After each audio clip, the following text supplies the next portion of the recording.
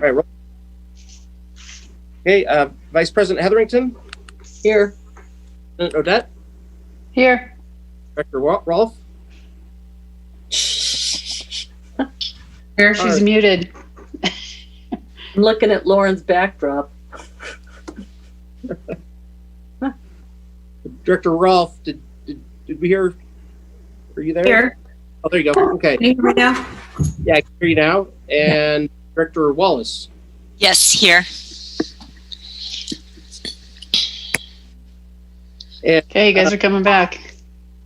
yeah, good. I think we're good. Got Kat and Lisa. Perfect. Awesome. Perfect. All right, where are we going with this? We've got pledge, no. Roll call, yes. Special orders of business. You want to talk about COVID update, Kevin? A couple special orders. I finally, in staff's interest to stay extreme neutrality in elections, we could finally congratulate all those that ran for office and those that were elected. We did get final confirmation from both counties on the election certification. So I want to congratulate David Diamond, Teresa, Odette, and Rick Stevens. We'll talk a little bit later in the agenda about when we'll do the oath of office, but I think I can speak for everyone. I appreciate everybody that showed interest and ran for office, and it's great to have multiple candidates show interest in running for the board. So congratulations to everyone. Thank you.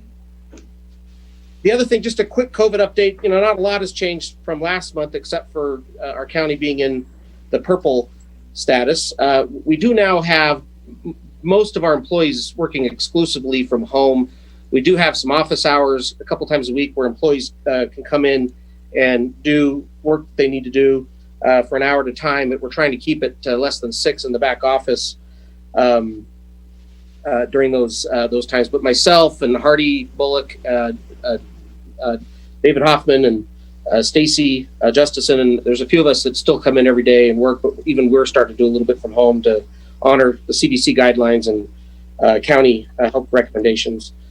Our O&M staff we constantly keep in communication with them. They're able to spread out around the airport and work fairly alone, and not have to overlap much. And so we've been able to keep them here working. And I really appreciate everybody's efforts to abide by these guidelines and these standards, even though it's a little bit disruptive.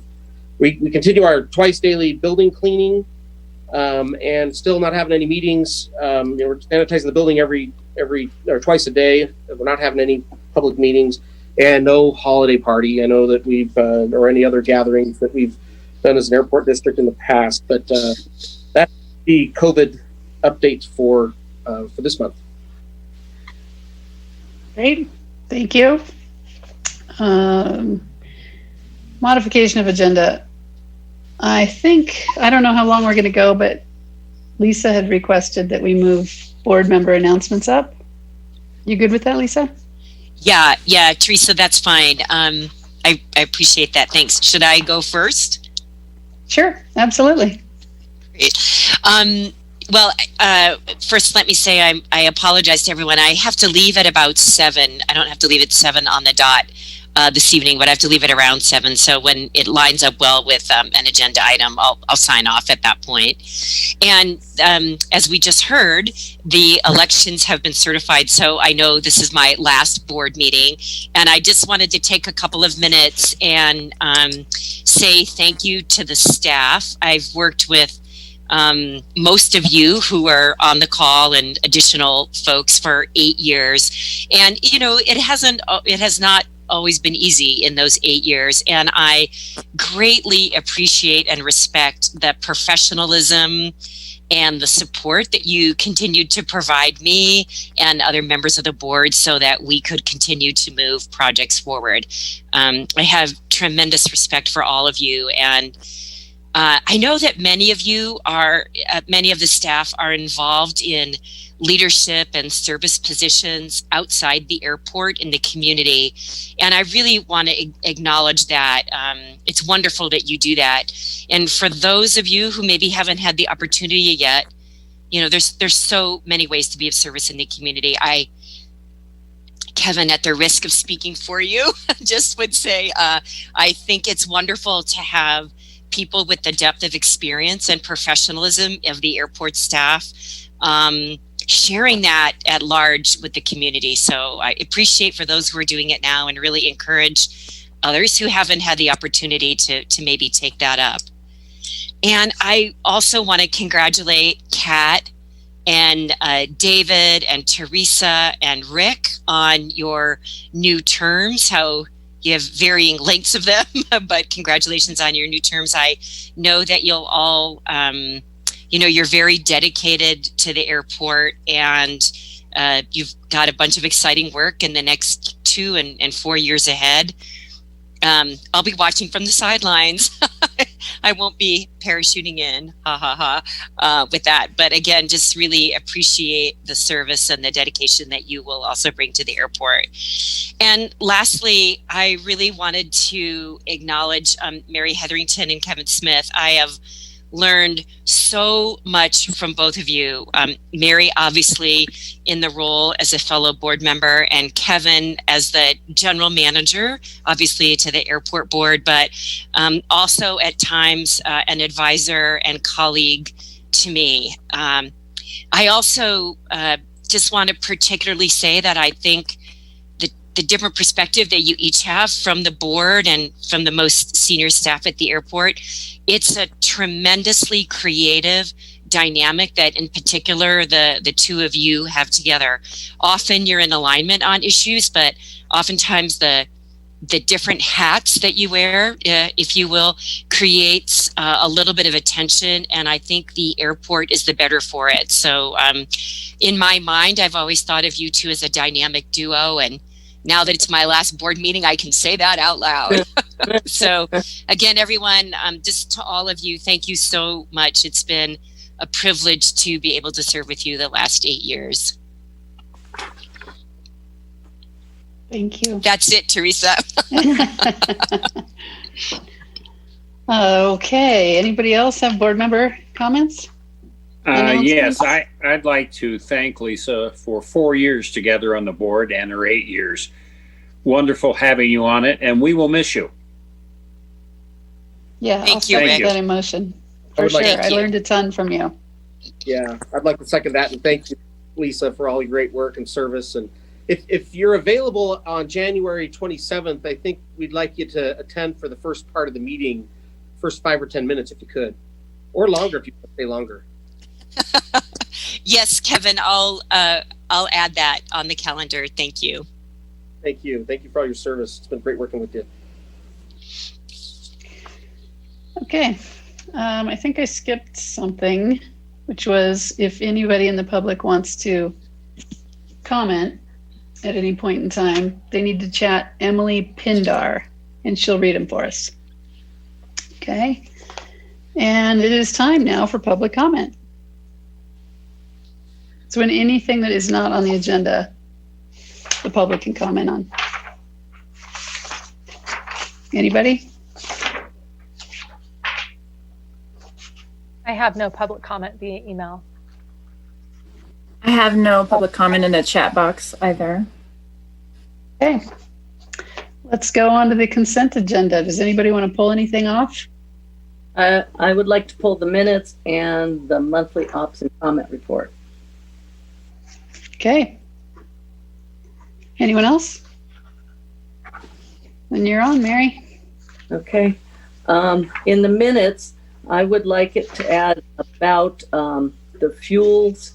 It should read, the Vice President Hetherington noted that she would like fuels reduction projects related to timber to be promoted to local businesses. It read just fuel reduction project, and it's specific to timber. I went back and looked at it. Doing that would work. Vice President Hetherington inquired about the cost of the Hampton Inn hotel rooms, $11,724 in parentheses. For the air show, Mr. Smith noted that the hotel expenses were for the flyover event that happened in the air show's place, and explained that the honor flight cost $80,000 and the 9 aircraft had 4 to 5 flight crew each. So I've written it up and I can send it to Lauren but I would like those things incorporated in the minutes. Okay, any comment on Great. that? Then, should I do ops and comment and then we'll just approve all of them? Sounds good. Okay. In the ops and comment, I know everybody looks at this, but this is a huge increase in jets and pistons, and also in the October comments. And it strikes me, one of the things that I would like to address in this monthly report is that Mountain Lion, Sierra Arrow, Sierra Skyport I think they have 6 aircraft. And so I think they constitute a lot of our flights. And it goes back to when we're talking about this is capturing the comments, I think we should also be capturing who our main operators are, because that gives us information to where we should be focusing our outbound to say, hey, what can you do? It's back, I'm remembering back to when we talked to NetJets as a board, and they've developed a special for their aircraft. So if Mountain Air, and I'm on FlightAware and I see Mountain Lion is flying a lot, and so they have 3 charters, 2 instruction planes, a PC-12. They manage our aircraft, the Diesel 172, and they manage 10 Hotel for Sierra Arrow, which is it's also Mountain Lion. So I would like this op comment to start capturing our high users, one of them being Mountain Lion. And that would be one. And then I also would like it to capture how many hours on are being used on the simulator every month. Does that make sense, Kevin? Yeah. Just quickly, you would like the monthly report to have a box or something that has our top 5 operators for the month, or how Right. to go, just top 5, and then also how many hours the simulator was Right. utilized.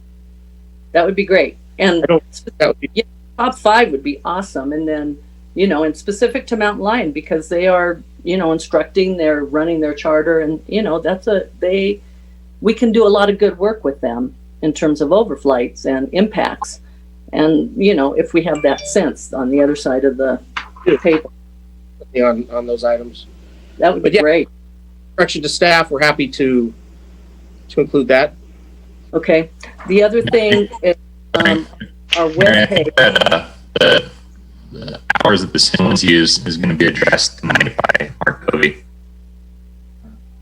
But I want it in here because this is kind of the counterbalance to all the ops and comments. It's kind of they're linked together. We'll add that as well. Thank you. Let you. Also on our webpage, we still have the 587-4119 number for comments, and you call that number and then they say, oh, you should call 287-2799. So we should clean that up on the webpage so people don't, who might already be frustrated, don't have to go through 2 loops. And those are my only comments. We'll look at that.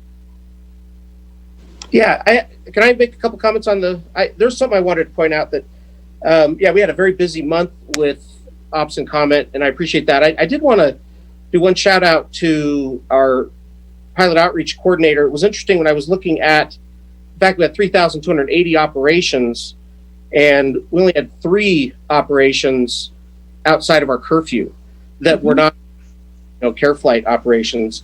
And one of those was at 6:58, and we think that actually took off at 7, but they passed the camera right before that.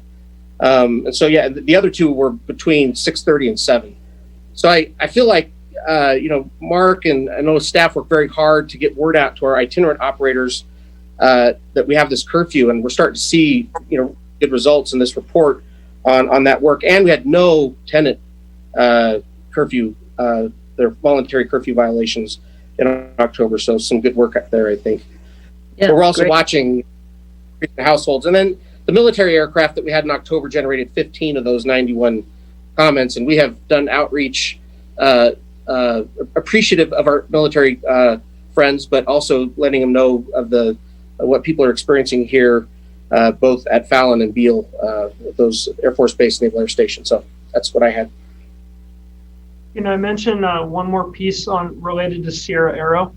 Sierra Aero, Sierra Skyport, and Mount Lion have a signatory incentive built into their lease to use our noise abatement procedures and also follow our curfew, 11 p.m. to 6 a.m. So we've gone to pretty decent lengths to try and incorporate and work directly with them. And you'll see some of their comments through the flight procedures initiative we have tonight integrated into some of our work there. So I think we're doing a lot with that group to try and mitigate their impact kind of proactively through their lease agreement, their COP, and also their use kind of helping us develop that whole flight procedures initiative as well. Yeah. So that's great because, a lot of times they don't need to be flying IFR. If they're flying VFR, visual, there are other options. So that encouragement is because that's what the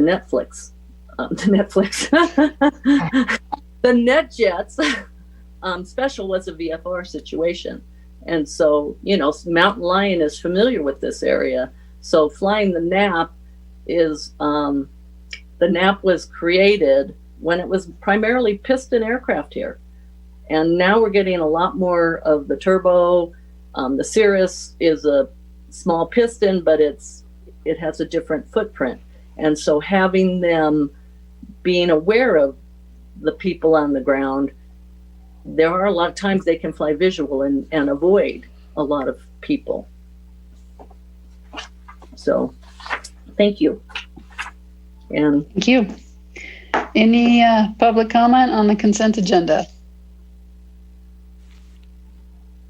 No public comment. No public comment. I'll make a motion to approve the consent agenda.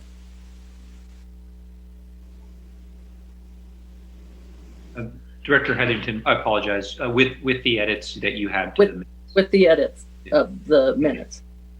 Second. I defer to Lisa since this is her last gasp. All right. Vice President Hetherington. Yes. Odette. Yes. Director Rolfe.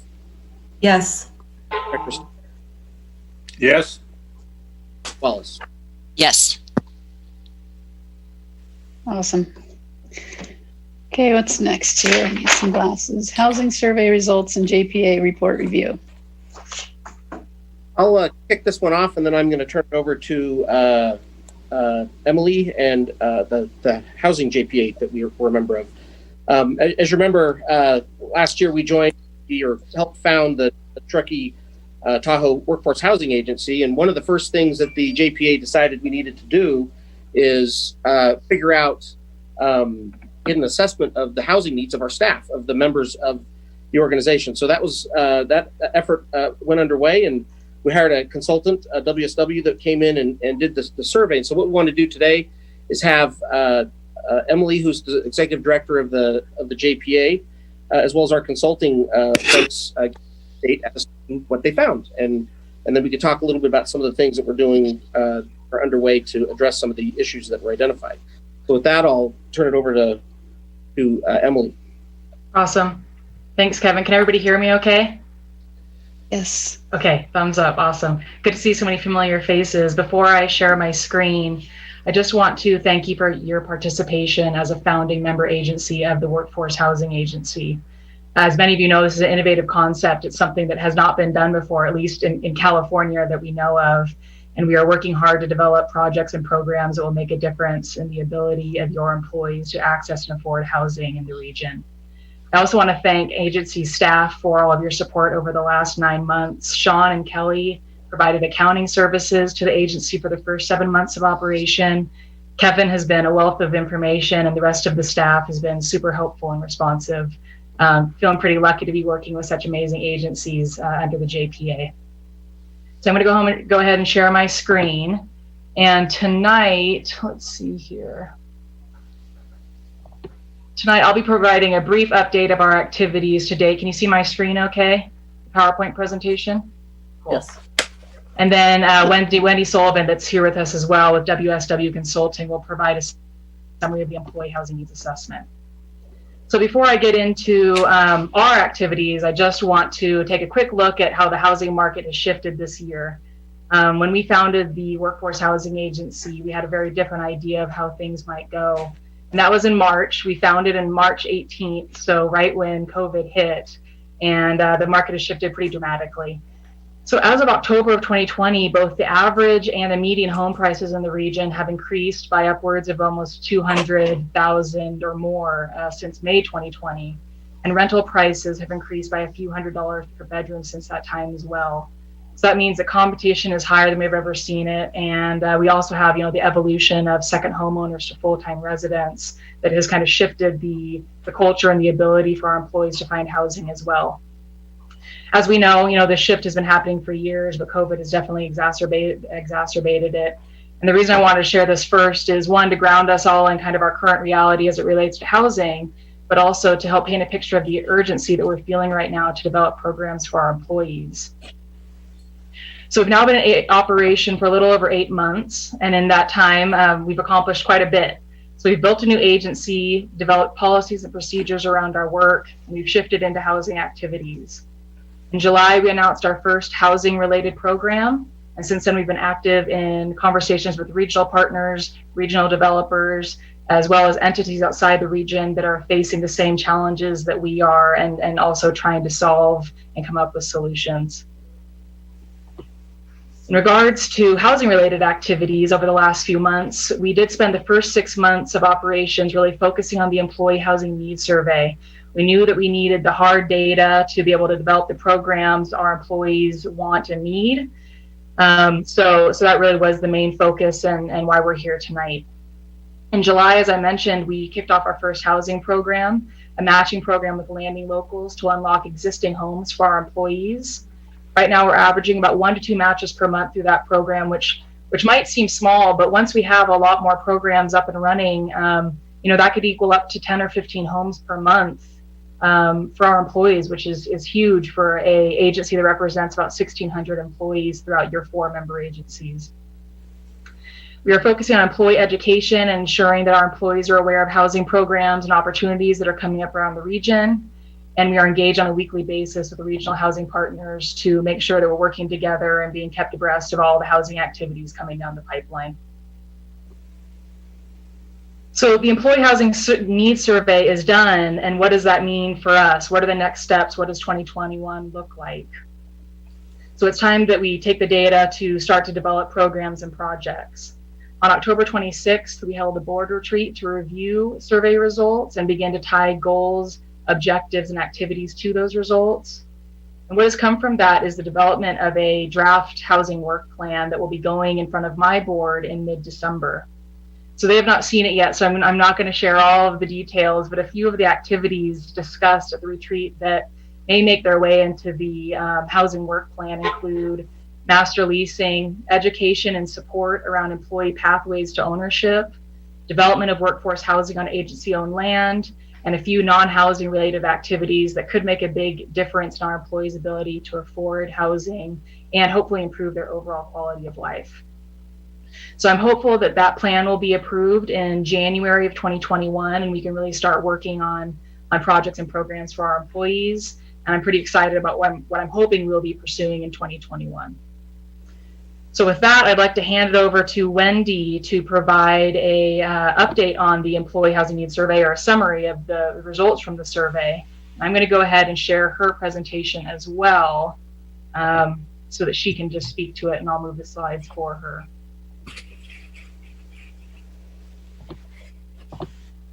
And before I pass it off to you, Wendy, so we've been working with Wendy since March of 2021. Let me get this switched really quick. And Wendy is a housing planner and attorney specializing in affordable housing market research and strategy. She has nearly 20 years of community planning experience and has conducted and managed housing needs assessment studies and housing policy development for a number of communities throughout the Western states, with a particular focus on high-cost resort communities. So we were pretty excited to be working with her, and she has been a wealth of information for us over the last few months. And I will let you take it, Wendy. Great. Okay, thanks Emily. And And so this, actually I have to say I was really excited to have the opportunity to work with you guys on this because, as Emily said, this is kind of groundbreaking, the organization that you've pulled together. We have done similar work that what I'm going to present right here for several other employers in other, resort impacted, tourism impacted areas, similar to yours. For example, hospitals, school districts, et cetera, in Colorado and Wyoming have been very active in housing programs already for their employees. And so it was great to kind of bring that to you guys. And I have to say, all of the organizations with the Workforce Housing Agency have just been great. And it's exciting for us to work with people who are excited to get the information. So with that,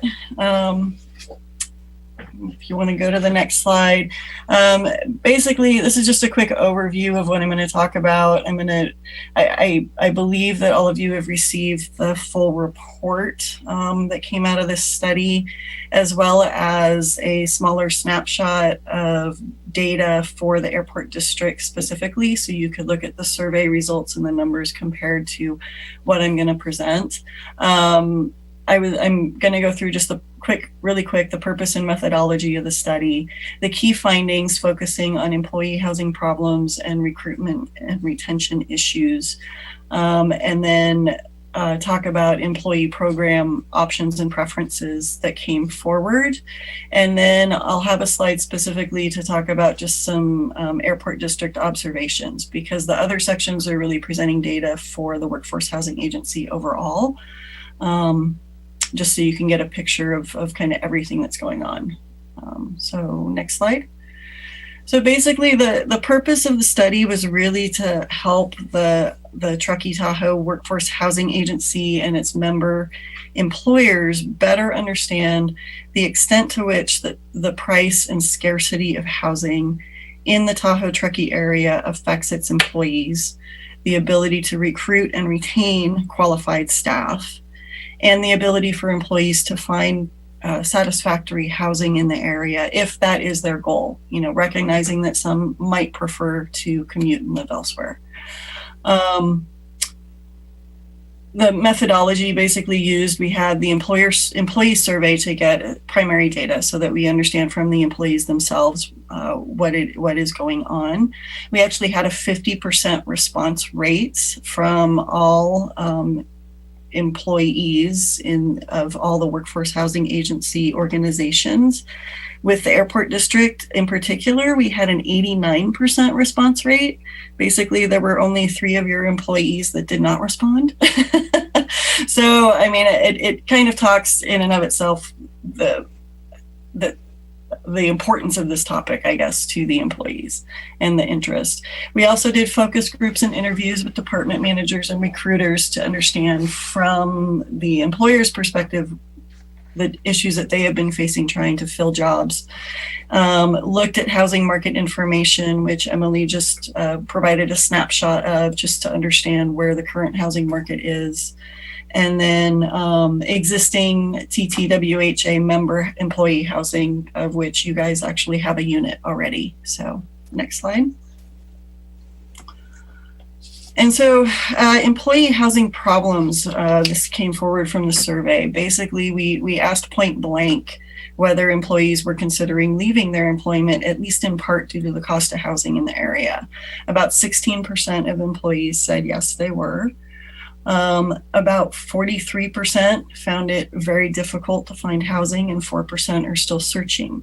Of those still searching, those would be people that are living with their parents, living with family, might be living in a car at this point, just really haven't found what they need. About 19% are somewhat or very dissatisfied with their housing, much higher for renters. And the major complaints were they're too small, too expensive, or renters want to buy. Particularly when people have been renting in the area for, when they start approaching renting for about 5 years, they really want to try to get into ownership. And that's a potential point where if they can't, they might look elsewhere to do that. And then about 50% of households were adversely affected by COVID when the shutdowns happened starting in March, meaning that at least someone in their household had some sort of decrease in employment at that time. This was a little bit lower for you guys. I think it was about 46%. But some indicated that if things did not change, if their employment situation didn't change, that they would need assistance within 3 months. About 16% of households would. That would be now because this survey was done back in July. But again, that was if the situation didn't change. And we know things had started to open up. You know, it's to be seen, I guess, what's going to happen this month. But next slide. And so this is just really thrown in to show the comparative of the housing costs. So back in August, the median listing price for sale homes to purchase was $895,000. And the average listed rent was about $3,000 in August. And we know prices have been going up since then. You know, this trend of rising prices has been happening for a long time, as you're all well aware. Home prices have been rising, 7% per year for the past several years, and rents have been going up as much as 13% per year. Wages just obviously aren't keeping up with that. Basically, it takes a median income of it takes an income of about $200,000 to afford that for sale price, and of about $120,000 to afford that rental price.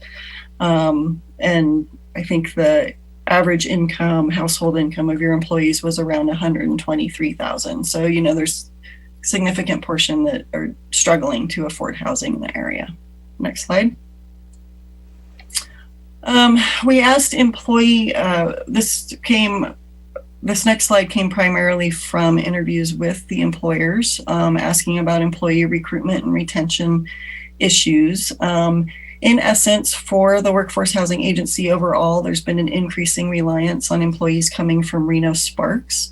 Particularly for the hospital in particular, they've seen about a 1% increase in employees coming from there each year, and a corresponding decline of employees living in the Truckee area for about the past 10 years. The issue of housing is a rising concern or barrier to applicants, meaning that applicants applying for jobs are increasingly asking about housing. What do I do about housing? How can I afford it? Where can I find it? That kind of thing.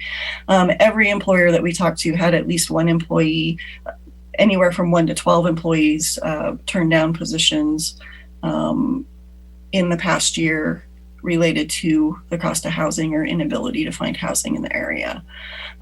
This obviously contributes to turnover, which then leads to increased need for employee training and for potential effects of the quality of service that can be offered when positions are turning over and you can't get the qualified staff in place. Of Workforce Housing Agency employers overall, about 11% of the employees are going to retire within 5 years. This was of interest because about 90% of those looking to retire currently own homes. And so those people coming in with homes where they're at now are probably not going to be owning. Those looking to retire are in stable housing. And so that can help keep them there. New people coming in are going to have difficulty. This is lower for you guys. This is about a 4%. You already had a round of retirement in the past. However, this quote on the bottom right basically came from the HR department when they were trying to fill one of those jobs, the higher end jobs that you have to recruit from the outside for. Whenever they're trying to recruit someone from the outside, housing is a big flag for getting people in. Next slide. So who are the employees that have been most affected? Basically newer employees, ones that have been here for less than 5 years, but there was also those who have been here 5 to 10 years. There wasn't a whole lot of difference with them either. Obviously, those coming into this high price market have trouble, but those that have been here for a while also struggle with either moving up in housing, finding a different rental because their current one doesn't work, moving into ownership, or creating repairs to their home. Renters earning under $100,000 were the ones that were most affected, and then owners earning under about $200,000. And then the final one were in commuters that want to move.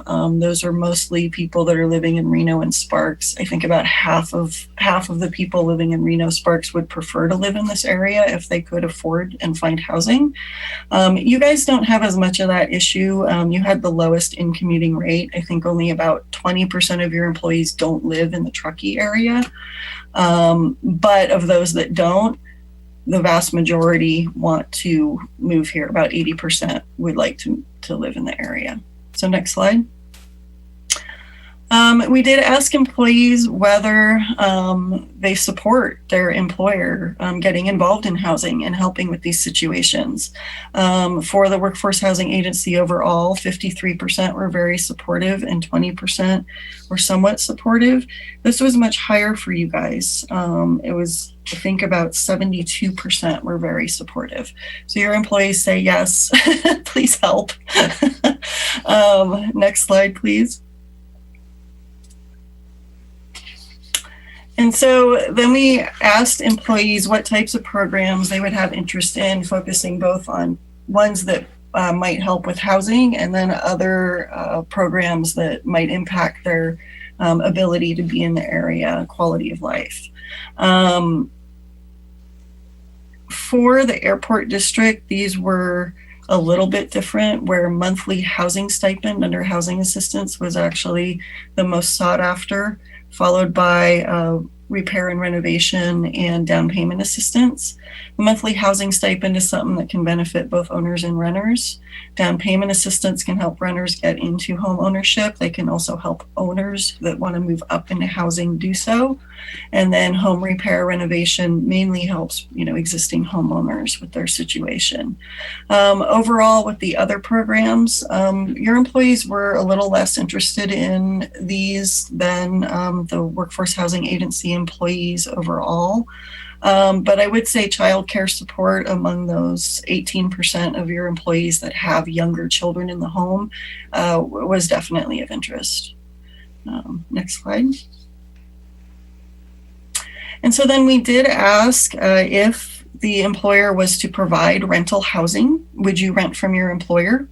Or if deed restricted ownership product was available, would you consider purchasing it? Where a deed restriction was defined as something that would be affordable for them to move in, meaning no more than 30% of their income for mortgage, but would not appreciate any more than about 3% per year. So recognizing that there would be some continued affordability cap. Renters obviously were very interested in both of these types of product. Owners a little less so, but still 18% were interested in potentially buying a deed restricted home.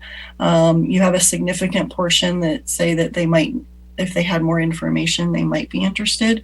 That really goes to, when you do target a program, reaching out again, because there might be more that would be interested in the program. And just as a real quick note too, what really is needed are rentals between about $1,000 to $2,500 a month. Rentals priced under $1,000 are also needed. However, that hits a lot at where the current low-income rental product in Truckee, those households would likely qualify for those if there are units available. Which is the big question. I know there's a new development happening now that you might be able to get into, but that probably won't be ready for a couple of years. And then for ownership, really home prices between about $200,000 to $500,000 is kind of the sweet spot. Next slide. And so just looking at the airport district in particular, you had a similar percentage that are considering leaving, in part due to the cost of housing, about 18%. This percentage was higher for renters, those that are in more unstable situations than owners. It was also higher for those that are not living in the Truckee area, and really for households earning below $150,000. So that kind of tells you the groups that are having the most difficulty. about 18, and I mentioned this before, about 18% of households have children under 6 of age, and they're interested potentially in childcare assistance if possible. And I'll just mention kind of the last bullet too. You do have one employee unit that's currently available. Well, not currently available, but that you have access to. That you have the first right of refusal for an employee lease, and really the intention was to help employees rent better. I think that's an important component because I think there's a lot of your renters that are looking to rent better. Next slide. And so the primary categories of need for workforce housing agency employees overall were newer employees needing to find housing. So those that are coming in new to the job, new to the area. Renters that want to buy, they've been there and they want to move up. Owners that want to move up or renovate. And then those that have employees for emergency or on-call needs. One category I would add for the airport district are renters that want to rent better, because there are renters that would just want to move into a home that's more suitable for their household. Next slide. And so this really is kind of the next steps, which would be the board retreat that Emily already raised. Kind of what you do with this information, use it to help set priorities and figure out your path moving forward. So I won't repeat that. Next slide. I think that's it. So if you would, I'm open for questions if anyone has them or comments. How many of our employees actually responded? We have 27 and maybe 25 responded? 25 responded. Well, that's out of, you had a response of 828 in all the agencies. I'd really like to see these responses from those 27 not intermixed with the hospital and the school district, because those agencies are much bigger. And I think the responses may be different than what you're showing here when you give the entire group versus just TTAD. I think that would help inform me on what programs that I would support for the airport employees. If I could see these answers just for the airport employees. So Rick, that's tab 5A. Yeah, but I'm looking at this thing and I'm looking at the overall numbers. Are you saying that I could see that just for our employees? Well, yeah, tab 5A, and if we're talking about the same thing, goes through and gives answers to these 20. How many were there? 30. Well, there's almost 40 questions, and then it gives you the TTAD only, and then the housing total.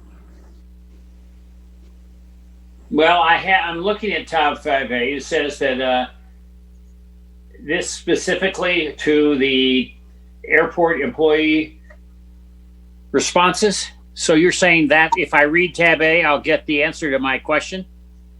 I believe so. If you go to about the third page of that, where it starts with the Employee Housing Needs and Preference Survey, TTAD. Okay, I'll look at that. There's a heck of a lot to read here. Thank you, Emily. Yeah, it's a lot of information. And I didn't get that deep into here, but I will do it because I think that we ought to be aimed at the issues for our employees. I realize the Workforce Housing Agency is doing more than that. Yeah, and on that, when you look at question 6 on that, and we've talked about this JPA, but 76% of our employees have pets. And, we, as a JPA, we've talked about that and making sure that the programs that we do involve cats and dogs, because that is a big employees. Well, we did that in December of 18 when we redid the Rick Lee project. Unfortunately, he hasn't built another unit because the town of Truckee has issues. I have a question. Is there a way to create an overlapping set of goals in terms of reducing the number of employees like to not commute the distance they commute based on the survey results we saw from Wendy. So creating an overlapping or synergistic set of goals with our greenhouse gas emission reduction and helping employees who are not resident, who are not close by, move closer by. I'm interested in some synergy there. And Yeah. I don't know, Emily or Wendy, do you know anything about that, or how we might explore that idea? I can talk with the town of Truckee and the groups that are kind of leading those efforts about how we can work together on some of these goals. Yeah, are other board members interested in that kind of synchronization as well? I am.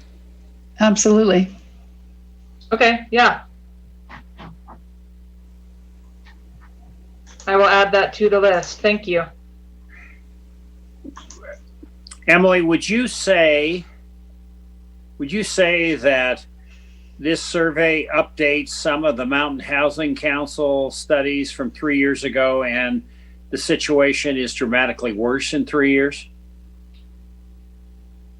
I would say there's definitely an increased urgency since March of 2020, and these numbers reflect that. So we did talk about whether we should be conducting a survey in July with what was going on with the global pandemic, and felt like we really needed to move forward with surveying our employees so we could move forward with our work.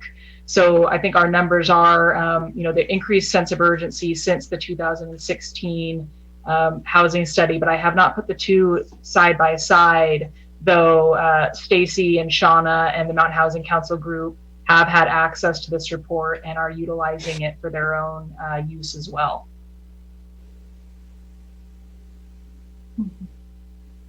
Well, and I'll just make a quick comment too. I mean, the short answer in pretty much every community in which we work is yes. The COVID has really accelerated the trends that we have been witnessing for the past at least 10 years in communities like yours. Basically COVID's just put everything on fast forward.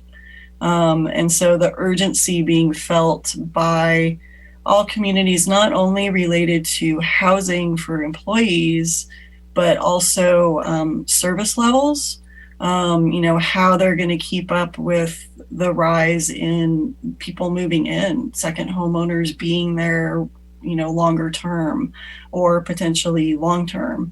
The work from homers coming in and eating up a lot of inventory, but then also working from home. And so that takes away from the employees that are in the local area. So, just from our observations, I guess the short answer would be, yes, I do think COVID has accelerated these needs and has made it more urgent. I think the longer answer is a little harder because it's trying to figure out, are these trends here to stay? Is this something that's going to be gone by summer of next year, or is this something that's just going to precipitate itself? And hopefully we can provide, Emily is aware, we're hopefully going to be doing a project here in, it's going to be focusing mostly on resort communities in Colorado, but answering a lot of those questions. Are the second homeowners here to stay, et cetera, to try to provide some insight. And we'll be more than happy to share that when it hopefully will be done by the mid-spring of next year. So we will share that. Teeing off of what Wendy's just talking about, another way, teeing off what she just said in my comments about the greenhouse gas reduction, another way to think about pairing, whether it's direct housing benefit or things that are indirectly related to helping people stay in the community, daycare, for example, is to look at the quote unquote opportunity cost. In other words, if we can retain people living here, not moving somewhere else, not commuting to somewhere else, we are saving, quote unquote, that amount of greenhouse gas emission. So again, I'm obviously pushing this idea of trying to marry things together because I think there's ways to address both points. Both points are critical, particularly in the 5-year horizon. I understand they're very critical right now in 2020, but they're going to become increasingly critical. And this 5 to 7 year horizon with the climate crisis is critical.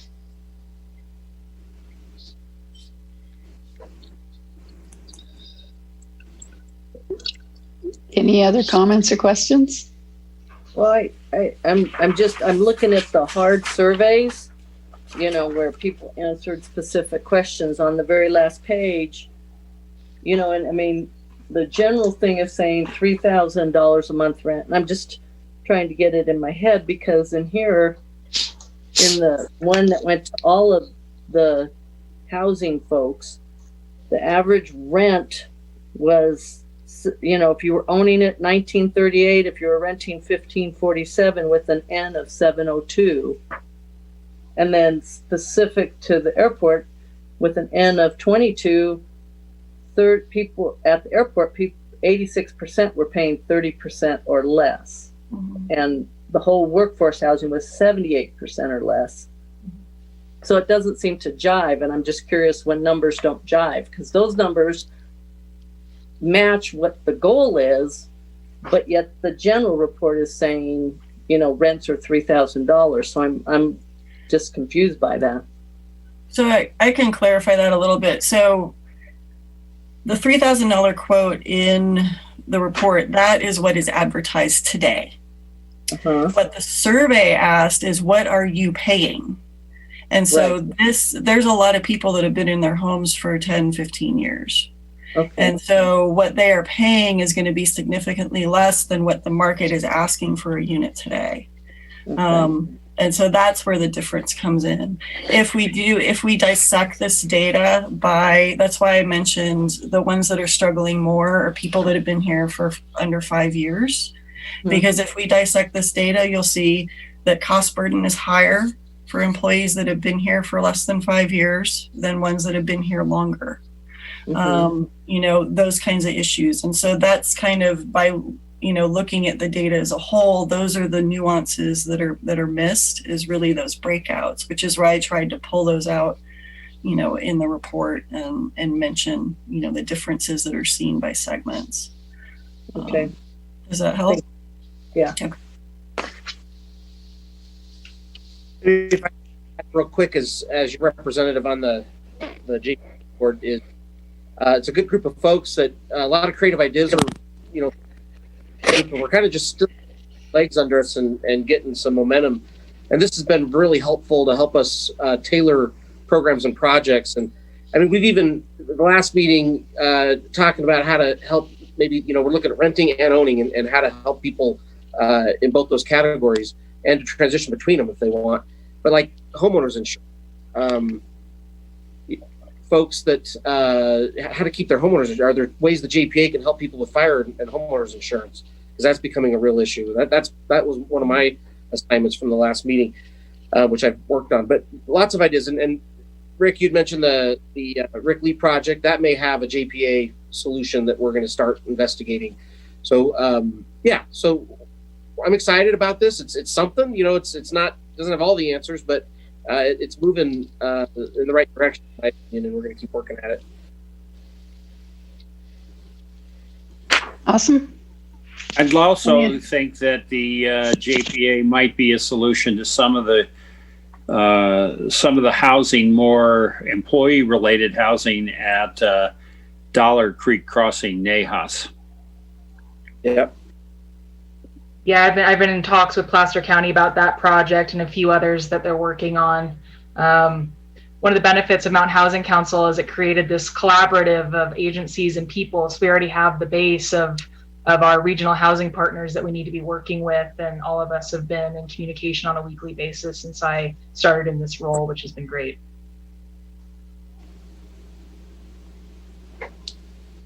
Okay. Well, any other comments, questions from the board? Any public comment on housing survey results and JPA report review?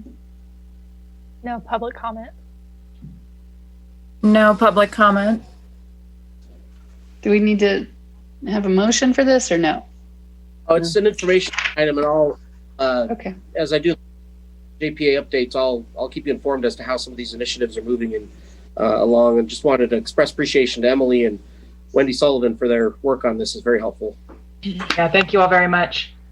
Thank you. Thank you. Okay, let's go to biannual runway utilization report.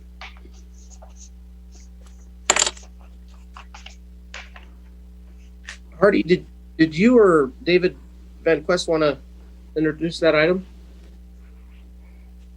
Yeah, David, do you want to introduce it?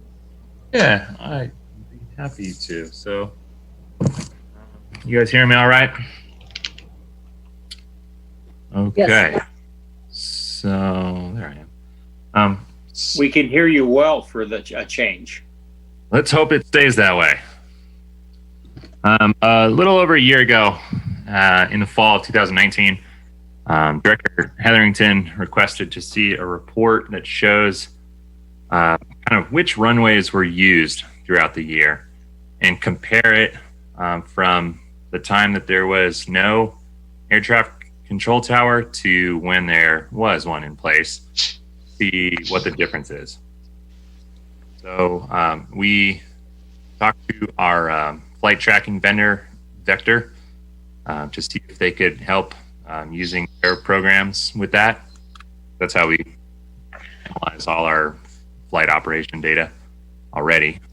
So they came with a proposal of developing a couple extra tools, which were approved, developed, a preliminary report of runway utilization occurred a couple months ago or sometime over the summer, I want to say.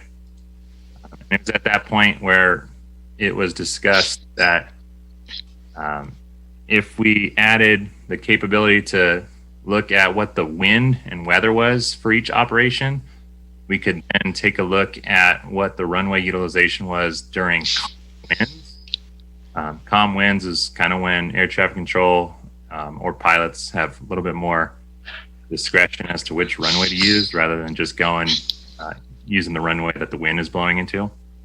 So that tool has also now been developed, and we ran the report to look at calm winds. Tom Breen from Vector is here now, and he will present that report now for the summer peak period.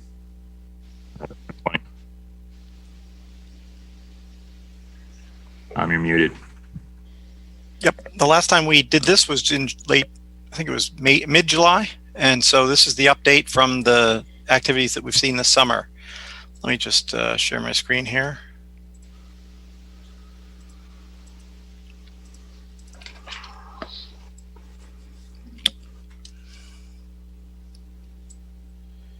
Let's get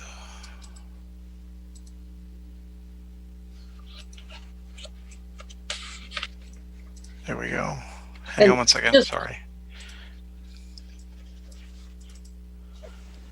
I've got PowerPoint running with Zoom and it's stepping on it. And just for interest there, I actually requested this in June of 2019. So it's been 17 months.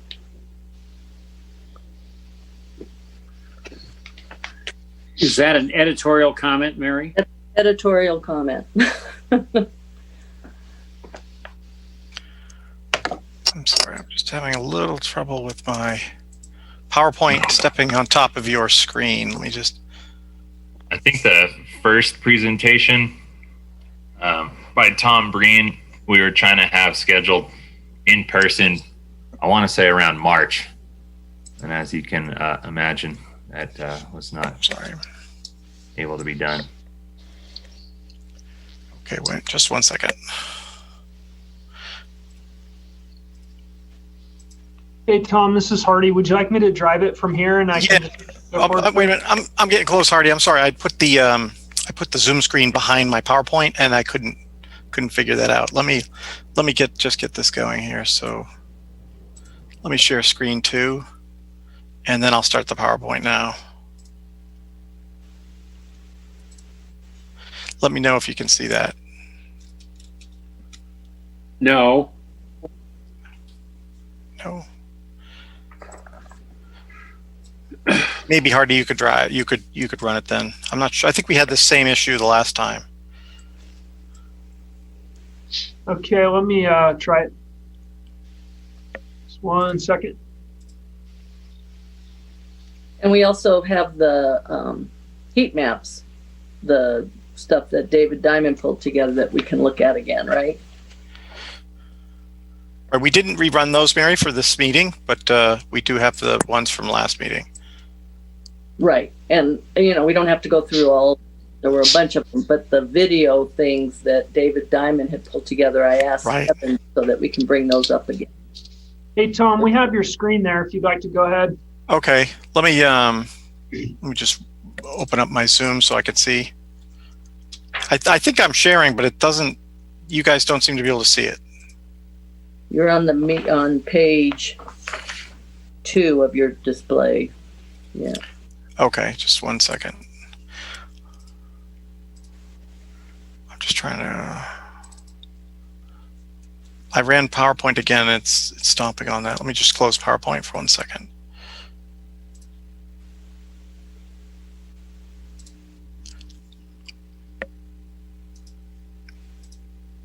Hardy, I can't see your screen. That's the trouble I'm having right now.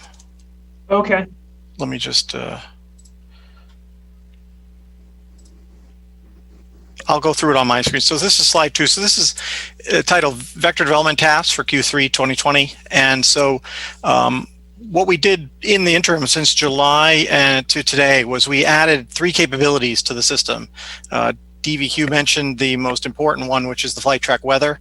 And that was the ability to go back all the way to the year 2016 and pull the nearest or closest weather data to each flight track.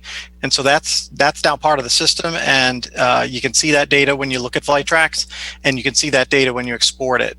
So that export capability was key to in allowing us to further automate or enhance the system by analyzing the data for calm winds. And so that export capability gave us that.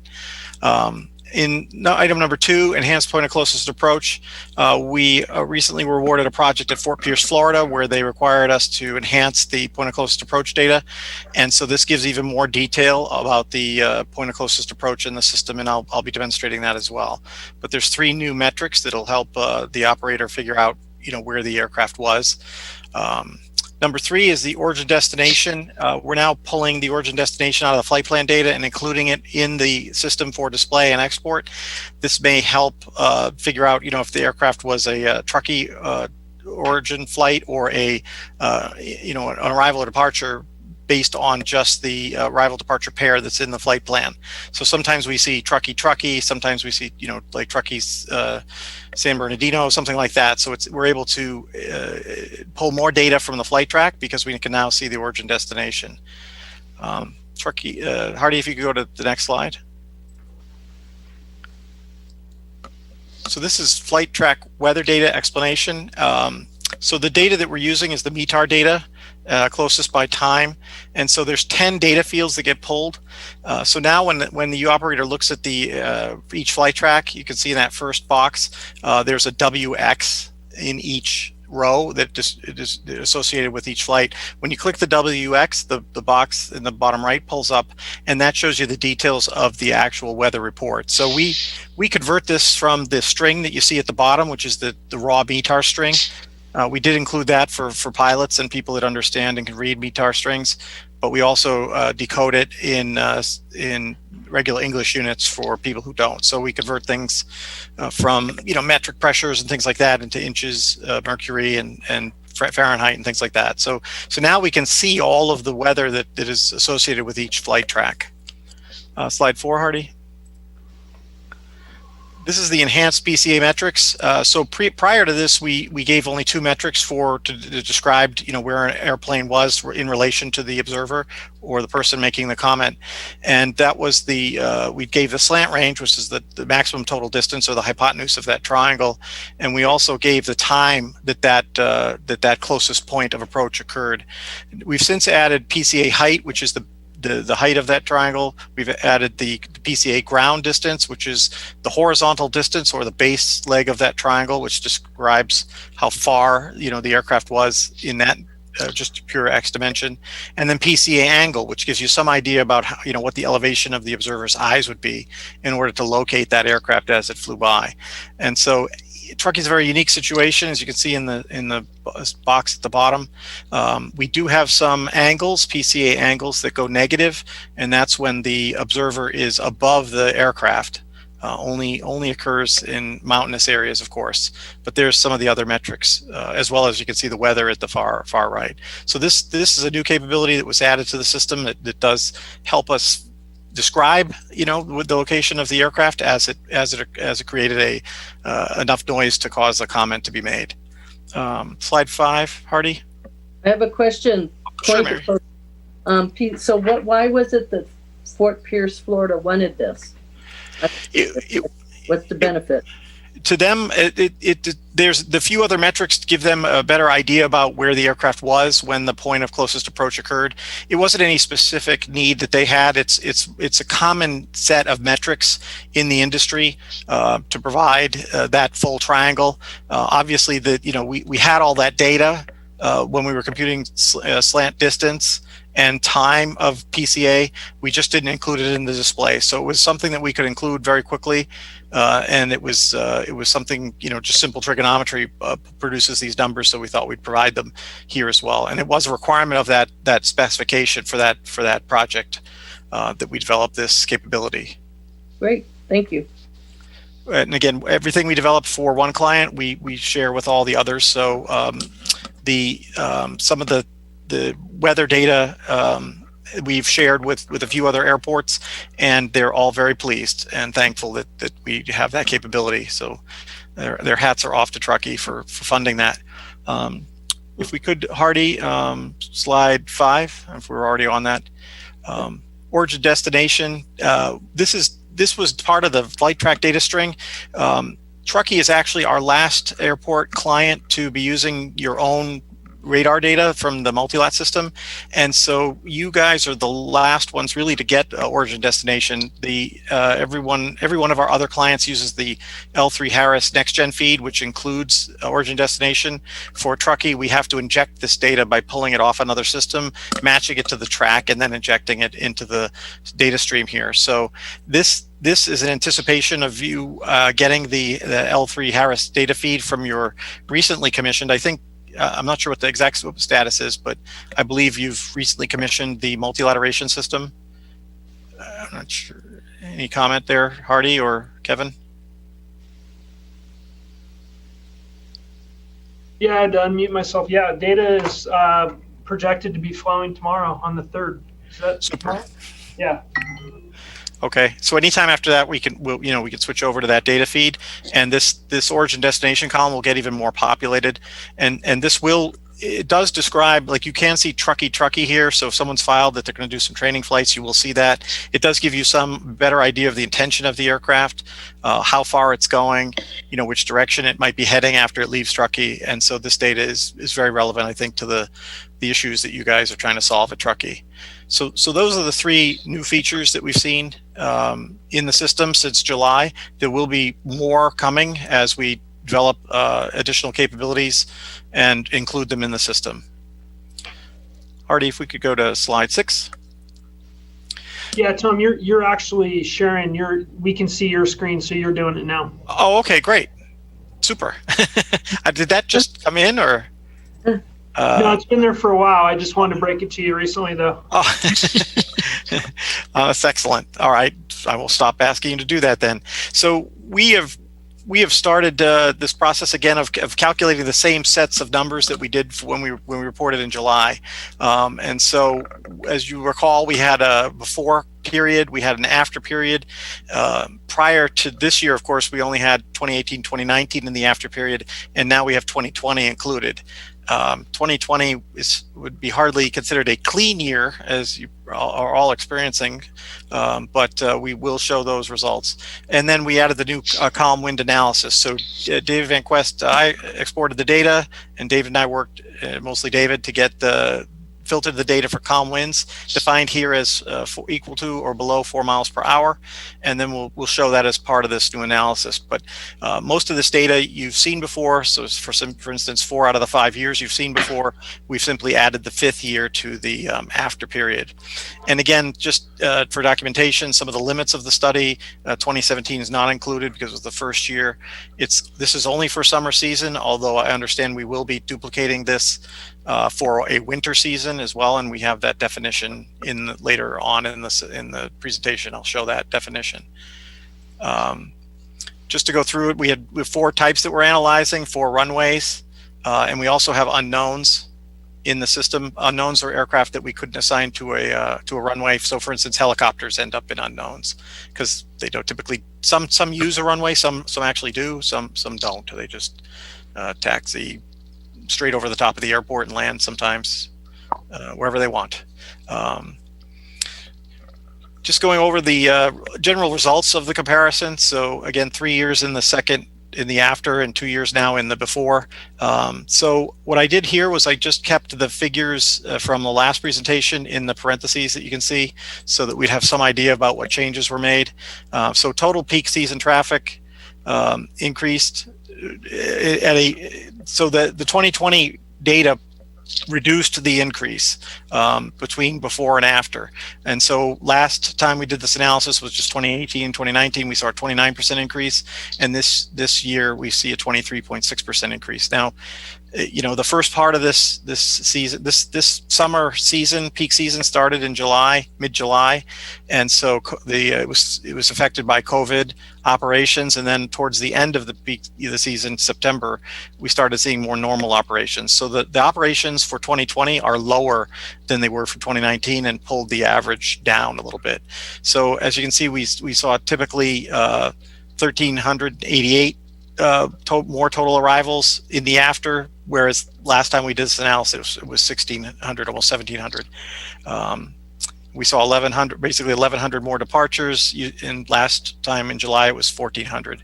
So the total increase in operations between before and after is essentially reduced because 2020 was not as busy a year as 2019, even though we probably could have forecast another increase for this year, but due to COVID, we had a decrease, and you see the total increase has decreased. Total number of operations before was 10,603, and that number doesn't change, of course, because those 2 years don't change. But after, we saw 13,106 compared to more than 13,600 before. So again, just the year 2020 is just pulling these numbers down just a bit, and reducing things. The good news is that the number of the total unknown runways has decreased. So again, the tracking data is becoming better, and we're seeing fewer and fewer unknowns in the system, which means that we're seeing better and better data in the system. So that was positive for this year. Looking at the slide 9, in terms of the runway use analysis, again, last year's, in the parentheses here are the total operations, so we're seeing those. Just to give you an idea, the reason I include total operations is because some aircraft like twin pistons, there's relatively few of them, and so a single aircraft or two can make a significant percentage change. So I just didn't want you to get biased by the percent versus the count. So it's obvious in our system that we see a lot of singles, and the singles dominate this entire analysis. So we're seeing similar kinds of ratios that we saw last year, 29% before and 36% after, for instance, singles. And again, the total number there was about 2,000 aircraft compared to 1,700. So obviously 2019 looked a lot like, or 2020 looked a lot like 2019, just about a 10% reduction in total volume. Total operations changed by runway. So we watch this number closely because we like to see where the aircraft are going, which runways they're preferring to use.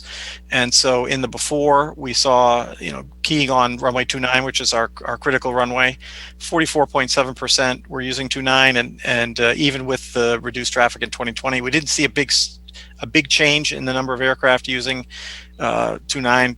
We stayed around 50% there. So runway 11 and runway 29 are seeing about 50% of the traffic that's using those runways. So these numbers don't change much. And I think as we go on in this analysis, we'll just continue to add years to the after. And so that average will continue to become less and less sensitive to each new year. So next year we'll have, 2021 on here, and that will, again, these numbers will start to not change very much as if we continue with this line of analysis. Looking at jets usage, which is one of our key aircraft types, we're seeing that, of course, the before numbers don't change because we didn't add any before years, but the after numbers moved down slightly or moved around slightly based on the new data from 2020. So you can see that the change is relatively small in each category. Not much movement. Relatively the same kind of use as there was the year before. Slightly more use of runway 11. A little bit less use of 29, but again, very much very small numbers here. But what we do note is, because you have 3 years versus the 2 years, you still have 29 and 11 increasing and 2 and 20 decreasing for jet, correct? That's correct, Mary. We see that the numbers are similar to last year, so they don't change it much. But if you compare them before and after, you definitely see that effect. You definitely do. Mm-hmm. Yeah. Going down to runway 29, total operations changed by aircraft. We look at this number to see which type is preferring runway 29, and we look at the arrivals and departures separately. So we've included some very specific data here. So you see the before and the after, and then of course the after in parentheses was the data from last year. So again, not much movement here, either, and because runway year 2020 wasn't that much different than year 2019, so we're not seeing much change here. Relatively, 8% here and there. Again, 2020 was close to 2019, but just not as much volume. So very consistent, essentially, between 2019 and 2020. Looking at the conclusions, again, these numbers don't move much. So we saw an increase, kind of a decreased increase because 2020 was a lower number year. All aircraft types still prefer runway 29 in the average aggregate from before to after. Single aircraft operations increased also, but again, averaging 2020 in there did knock that number down a little bit. But GA single engine pistons still represent or outnumber any other aircraft by a ratio of about 2 to 1. So they're clearly the dominant aircraft, at least in terms of volume. Jet operations increased. So if you see the effect of 2020's data in here, you see that we must have had more jets because we actually did pull up the average jet number by less than 1%, but a little bit. So we had a few more jets than we did before in terms of before and after, just a few more jets pulled it up. And then we had, a relative increase change, very little bit in terms of jet operations.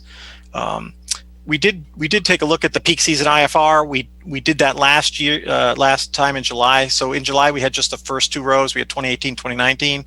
If we look at that percentage again in 2020, we see that it matched the 2018 year, but again, fairly consistent. And then the total number of operations using that IFR you can see here. So again, not much change 2020 to 2019. So we're not going to see a big impact of the 2020 year. I think had we had a normal year for 2020, we would have seen, more changes here, but the COVID kind of kept the numbers lower. And were we not able to get IFR departures for 15, 16? David or DVQ can answer. We could probably pull that. Yeah, I'd like. Okay. Yeah. Tower keeps those counts. I could pull that out. Okay. Yeah. Yeah, because what I'm seeing there is, it's averaging 20% of IFR departures.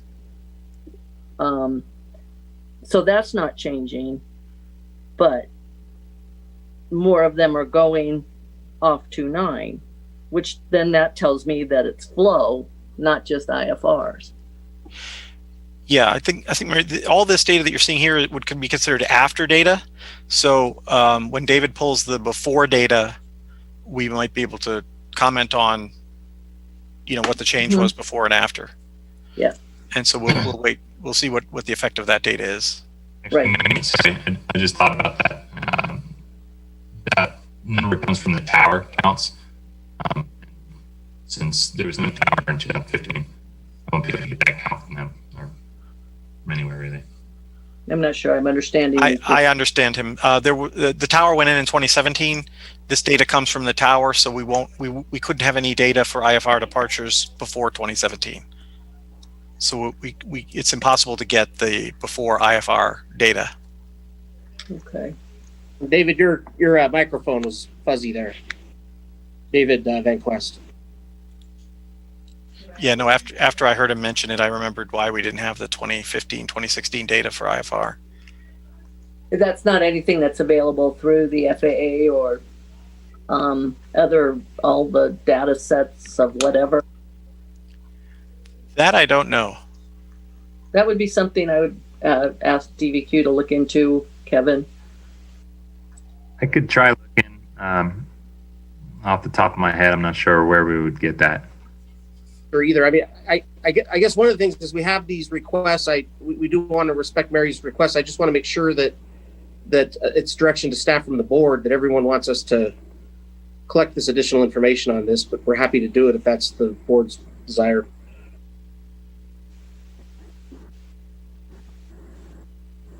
I guess it is the board's desire. I'm neutral. Yeah, I didn't vote yes or no. Would you explain the question one more time? Well, seen is 20% averaging IFRs from 18 through 20. What I'm curious and would like staff to try and find is what the IFR departures were or IFR arrivals were in 15 and 16. So we can compare, is this increase associated with because it's IFR, or is it because of flow, because the tower is directing aircraft? Why is this?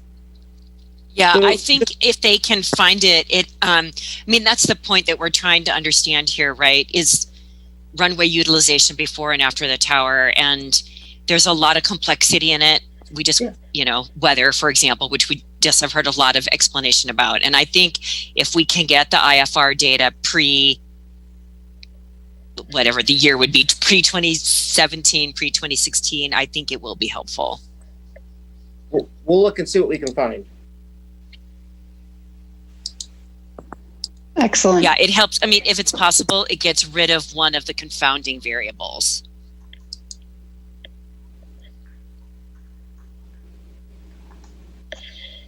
Excellent. Moving on to calm wind analysis, this is actually new. So that this feature or slide was enabled by the ability to associate the weather data with each flight, and so there were thousands of flight tracks analyzed, and we did come up with this data for the same period that we just analyzed the prior data for. So we did do it from June 15th to September 15th. I did mention the peak winter period, which is the defined as December 15th to April 15th, and we will include that period once we get through it. We'll add that to the study. So we'll have a peak summer and a peak winter. Calm wind is defined as 4 miles per hour equal to or less.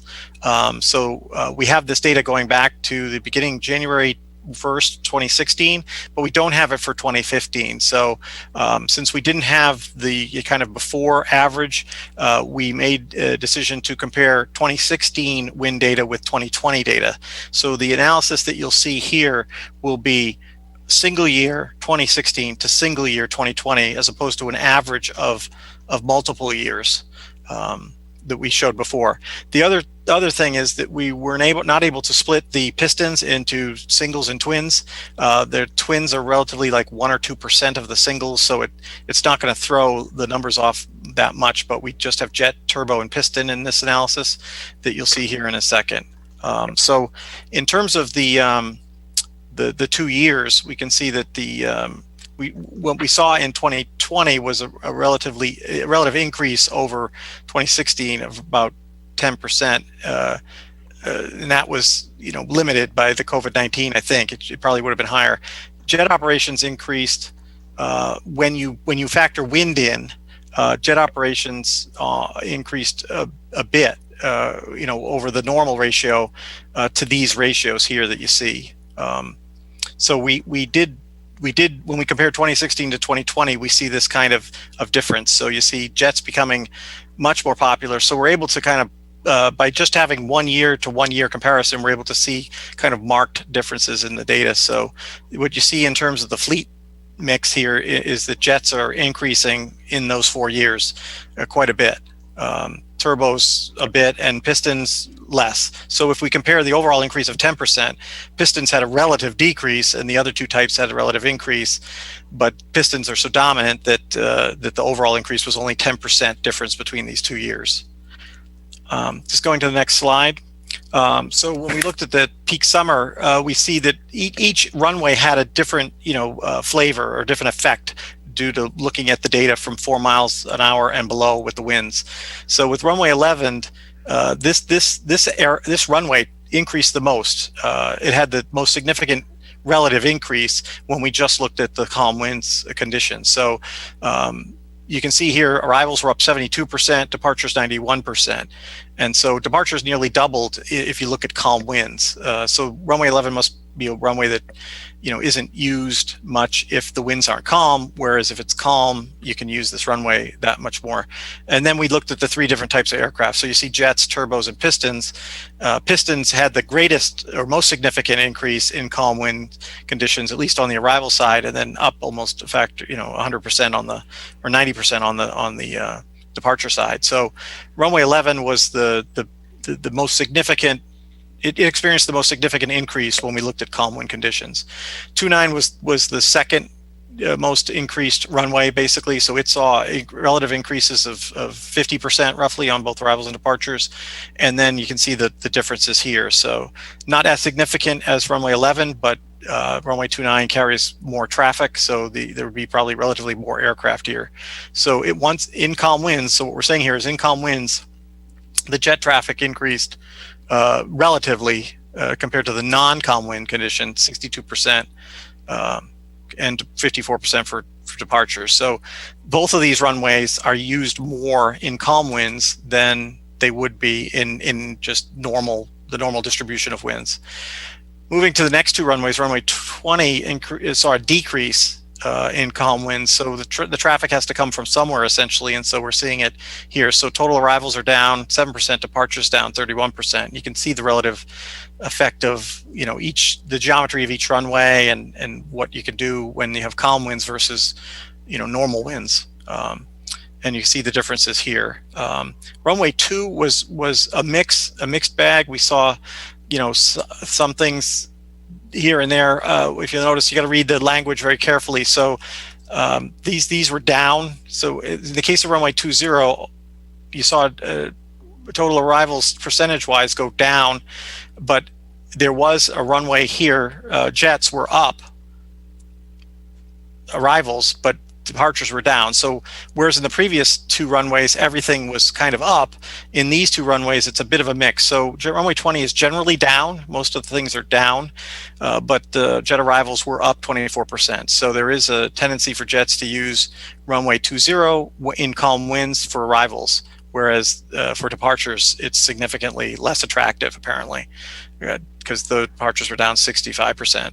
Runway 2 had another mix, but mostly down on this mix. The only thing that was up was turbo arrivals to runway 2 were up, go up almost 100% when you just look at the calm wind, versus the departures, which are down relatively almost nothing, 4%. So we can see that runway 2 is less appealing to pistons, for instance, for arrivals than it is for turbos, because turbos increase their arrivals and pistons are down. So it's very complex data. You can if you can look into this data and try and figure out what's going on or why aircraft are preferring certain runways in calm winds versus normal winds, and see those differences. And when we had our discussion, Kevin and I and David, we looked at this data, and it all made sense in a way. It is justifiable and someone who knows the airport better, Kevin or Hardy or David can maybe if there's a specific question on why one runway was up and another was down, they can certainly answer that. But looking at the summary for calm winds, runway 11 and runway 29 saw generally increased traffic volume or preferred in calm winds. So there was a total of 259 operations on runway 11 before, or in the before condition, and 469 in the after. So that's runway 6. That's 2016 versus 2020. We saw that difference. So there's even, when we compare year to year, there's even some increased use there. In runway 29, we're seeing roughly 2,500 operations, and after almost 4,000. So we're seeing, relatively increased usage of runway 11 and runway 29 in calm wind conditions before and after the tower. So the 81 and the 50% represent how much more utilization you're seeing on those runways after the tower. Runway 2 and runway 20 were not as easily defined because they experienced gains and losses in different areas, but in general they were typically down. So after the tower, they were less likely to use runway 20 and runway 2 in calm winds, and that may be the desired effect. I'm not sure exactly what we're looking to see here in terms of what the impact of calm winds, but here in this summary you can see that 11 and 29 saw more traffic after the tower in calm winds, and that 2 and 20 saw decreased activity after the tower. And that, Tom, my impression, this is Rick Stevens, was that in calm winds, we are more likely to use 2 and 20, and that's not what happened. That's not what happened. Yeah, it seems like after the tower, that was not the effect that you saw. Yeah, yes. Is that the tower not diverting to 2 and 20? I don't know what effect the tower would have, or what the fleet mix might have had on this whole thing. What we're able to do here is eliminate weather as an issue, but not the other factors.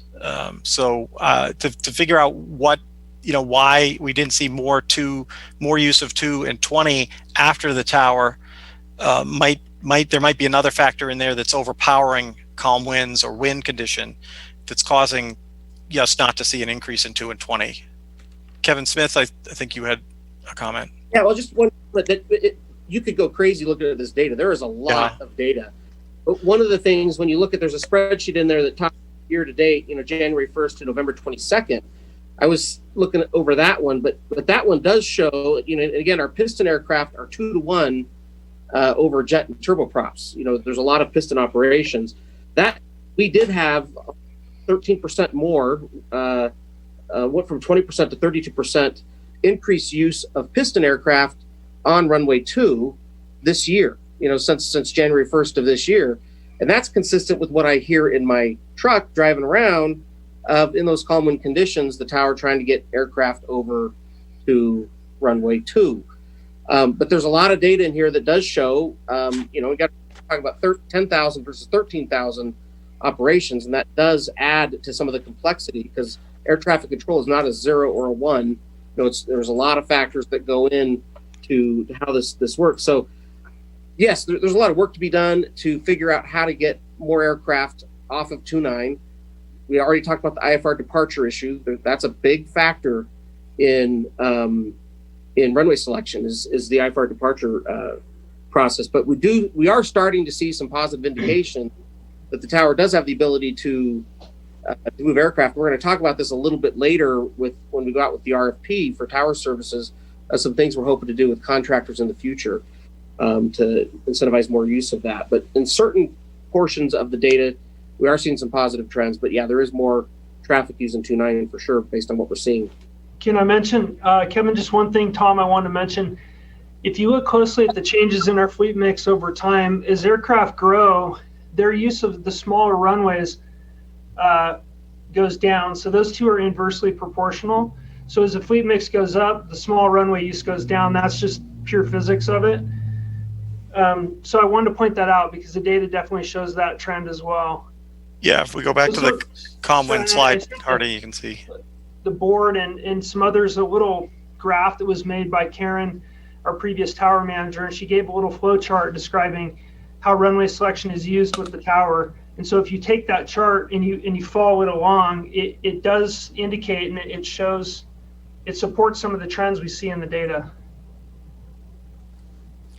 Except for we have to remember that when there was construction happening on 1129, many jets were using 0220. That's correct. In certain weather conditions, if you have a headwind on the small runway, you can fit a large plane on it. But in general, larger airplanes take larger runways, just in general terms, aeronautical terms.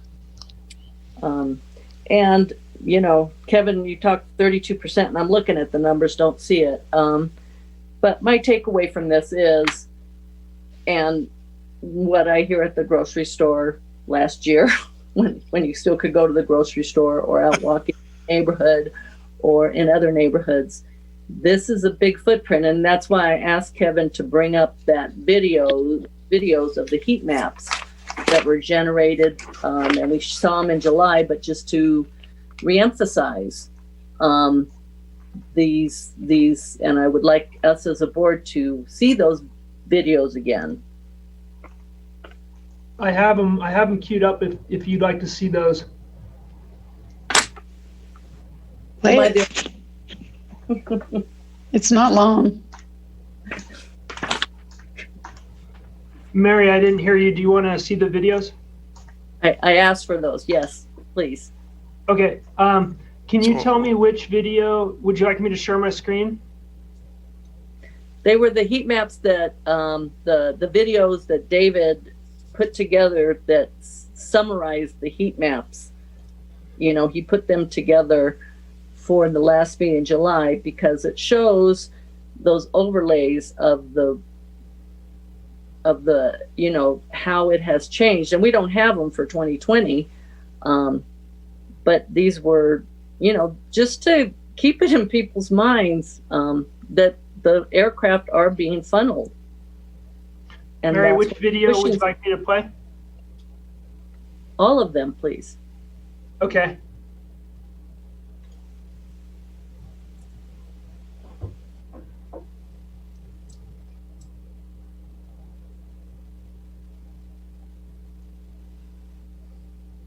That's before tower for turbo.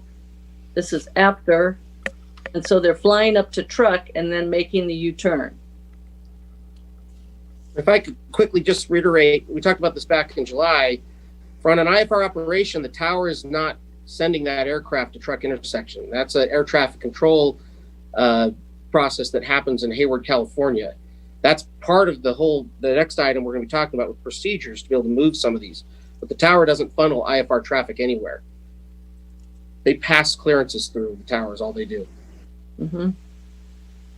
And I have a public comment when you have a moment that's related to the comm winds. Share it. Do you want me to go through the videos first, or would you like me to stop that? No, play them. We'll do public comment after. I'm going to start this one from the beginning. This is piston single engine departures.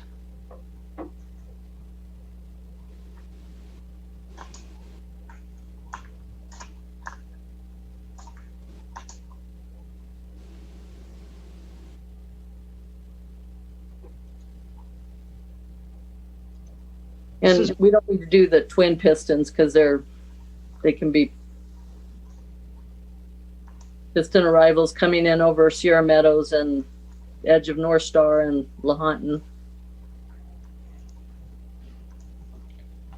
And then over onto 2-0, kind of all blended in there.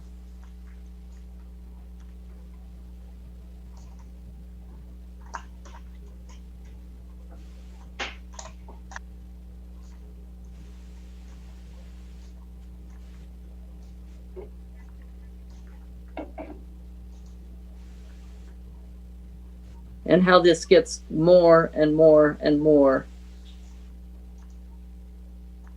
concentrated. And, you know, if Hardy remembers, and probably even Kevin remembers going back, how the idea of encouraging calm wind runway, and we see that it's not We've not had success. Say that again. What did we not have success? This goes back to when Hardy sat on ACAD, and back when, and we talked about calm wind runway, and the numbers are the numbers. The numbers are showing that it's not preferred, even in a calm wind, to use 220, and we need to be into that. Yeah, no, that's a good point, and the data helps us understand. What I look at when I see this is a lot of work we need to do on the turboprop and jet departure issue, because there aren't other options for the majority of those that are using IFR departures. We do have a departure off runway 2, but it's very difficult for the jets and turboprops to use it. So getting more runways would be very useful. But I do want to point out, and again, I'm on that chart from January 1st to November 22nd, is that runway 2, all departures went from 18% to 25% from 16 to 2020. When you just look at that part of the year. So I agree, Mary, with you that there's a lot of work to do. We're not where we want to be, but I think that we are seeing some positive movement, particularly with pistons that have more around. There's a lot more, and the tower is one piece of that three-legged stool we've been talking about for a long time: surveillance, the tower, and the procedure work. And until we can move these procedures along, it's going to be difficult to continually move IFR jets and turboprops away from truck intersection. And that also ties into remembering when we met with NetJets and their chief pilots, and as a staff, Mark Covey or Hardy or whoever, to be continuing on that outreach to chief pilots, because we have 300 days of sunshine, and often they do, by their SOPs, their standard operating procedures, they do have to fly IFR. But if we can work with these chief pilots in our 300 days of sunshine to develop visuals, that they can develop their own specials and help to distribute this. Great comment. Agreed.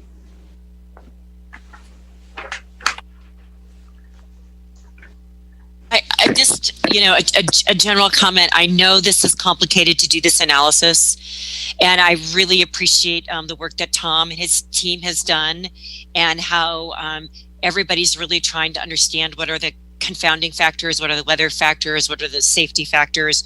But it is the thing, just as you were saying, Kevin, this analysis is another way we can put feedback into the system about the tower, right? And that is the thing that's eventually going to get us to the change where we can achieve it in the flight patterns. And it's the thing that's going to let us know if this investment in the tower, to put it super crassly, if the investment in the tower is worth it. Yeah. Agreed. Yeah.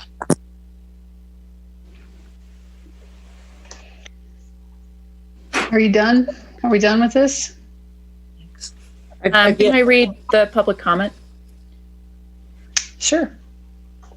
This is from David Diamond. He says, can you ask if average traffic has been normalized for calm winds? If not, could it be possible that operations are higher during calm winds in general? This would certainly be likely if calm was compared to high in terms of winds. Yeah, it's a good question. Yeah, it is a good question. We can't hear you. No, we didn't normalize the data. We simply compared 2016 to 2020. So we did see a 10% increase in overall volume between those 2 years. So, you'd expect to see some difference, in the numbers. But I think if you look at the relative numbers, 10% isn't, we were seeing 90% or 100% or 100, sometimes 130% changes. So we could normalize it. I think it would just kind of press the numbers down a little bit. But I think we'd see, I don't think we're going to see what we want to see out of runway 2 and runway 20. Right, Tom. So because you can see that there might be some shift, but it's probably not a major factor, just given the volumes. Right. The difference between, and I don't know if David was talking about maybe normalizing, comparing how many aircraft were in calm winds before versus calm winds after. That's the number that's 10%. So there was 10% more aircraft in 2020 operating in calm winds. I don't know how many total aircraft in 2016 compared to 2020, what the difference would be. It might have been 20% difference, but in calm winds, there was only a 10% difference. So we didn't take that, we didn't take the total volume out of it. You know, we just rolled that number through because it wasn't that significant. But I can talk with David separately if he wants to talk about what effect normalizing the data might be. Okay. A lot of info. Thanks for all the hard work. Good stuff. Yeah, and just to wrap it up, we'll appreciate everyone's comments. Appreciate everyone's work on this. I know Mary and David Diamond helped in the first phase, and then we got into the second phase with staff finishing up the tools with the weather, and you had to take a little bit of time, but we actually had the first presentation in March that we wanted to do, but it's so complicated. We were hoping to do that in person. 3 months there where we held on to it, thinking that we may be able to have board meetings in May or June. We ended up doing it in July, and then in July we went to this next phase of the tools, and we had this ready for October. But if you remember the October meeting, it was pretty Yep. on this one. So that, I apologize it took so long, but we think it's a good product and it should be a good tool for us in the future. Yeah. There was a person here who wanted to make a public comment. It was David Diamond. No, that's it. Mm-hmm. Yeah, Never that mind. was all. It was just David's comment. Oh, I thought there was a picture and it wasn't a male. Never mind. Well, thank you, Tom, bringing Yes. this. Yeah, there for was sure. a lot of- and I appreciate your energy. You're welcome, Mary. Appreciate it. We'll do a report for winter. So you'll see a winter report in the spring. Maybe we Yeah. give that one in person. Yeah. No, not going to happen. No. Oh, come on. No. Optimism. Yeah, let's be optimistic. All right. Well, You can thank get you. the magic Yep. vaccine rollout program. Go work for the fire department. First responders are getting it first. As they should. Anyway. As they should. Yeah. Thanks. All right. See you. That was Bye, everybody. good. Thanks. Thanks, Tom. Bye-bye. So do we have any other public comment? Anybody on this topic? No public comment. No Okay. further comments. Let's go to flight procedure outreach presentation. Okay, that's me. The flight procedures is a pretty complicated subject, and what I've tried to do is compact and distill a lot of technical information for the board tonight. We have the consultant team here. There's 3 members on the consultant team, 4 members actually on the consultant team that are here tonight to answer your questions. I'm going to give you a brief intro overview of what we're going to present tonight. I'm hoping to get this done with the presentation portion somewhere in the 15 to 18 minute range. And then I'm asking the board to hold your questions until the end, if you could just jot them on a piece of paper, because your questions may be answered in future elements of the presentation that will give you information that you're looking for. So it's, and I do appreciate the people who have taken the time to get on a call with me and talk this over, because there's some pretty intricate detail here, and I'm going to do my best to simplify it and make sure that everybody understands it. And if we don't, then we can talk about it to the degree in which the board wants to dig into it. So I'm going to go ahead and start this. Some of it's pre-recorded, and I hope it works. We'll see. I think it should. Artie, can I make one Yeah. editorial, but just one comment real quick, that the intent of this is to start putting together what we want this outreach process to look like. So any ideas that you have, anything you want to throw into this, anything you think we're missing, that's what this is all about, so we can get this all together so that hopefully into next year we can start presenting this to the community.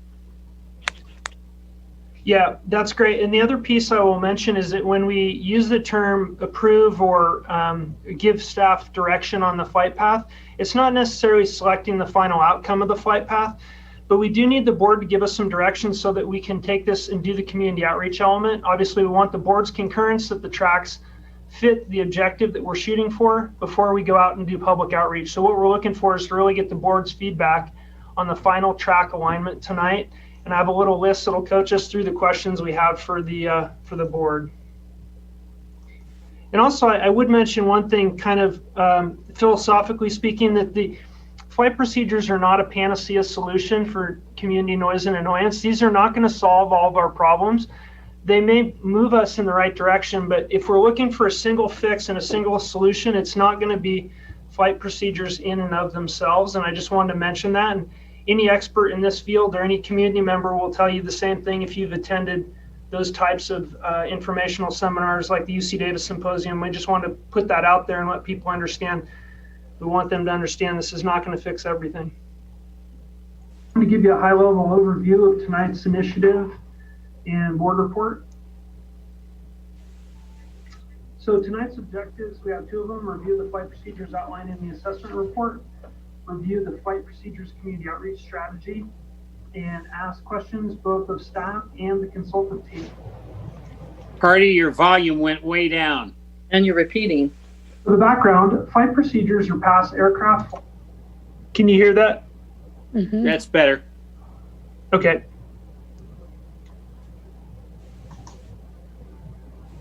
Consultant team. Get you going again. For the background, flight procedures are past. So tonight's objectives, we have two of them: review the flight procedures outlined in the assessment report, review the flight procedures community outreach strategy, and ask questions both of staff and the consultant team. For the background, flight procedures are past aircraft fly when arriving or departing to or from the airport. Flight procedures are usually created by the FAA, not airports. The FAA controls and certifies all flight procedures. Truckee Airport strives to influence aircraft pass using flight procedures, the control tower, and ADS-B surveillance. Flight procedures have a significant effect on the surrounding community, airport capacity, and safety. Where are we today? The current state, the flight procedures assessment by Flight Tech Aero is complete. It describes what is possible here at Truckee. It describes what is impossible based on terrain and other factors, which Alex will describe for us in a moment. It depicts concepts that have been measured against technical and legal criteria, some of which are quite stringent. And now it's time to evaluate the routes in the report, ask questions of staff and the consultant team, and direct staff on the next significant milestones.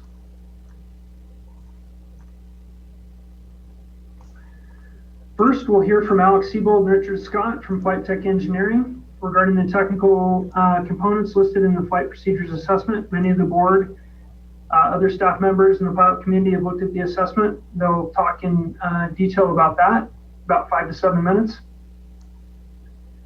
Then we're going to move over to Katie Franco with Aviatrix. She's going to give us the technical community and pilot outreach strategy and tactics.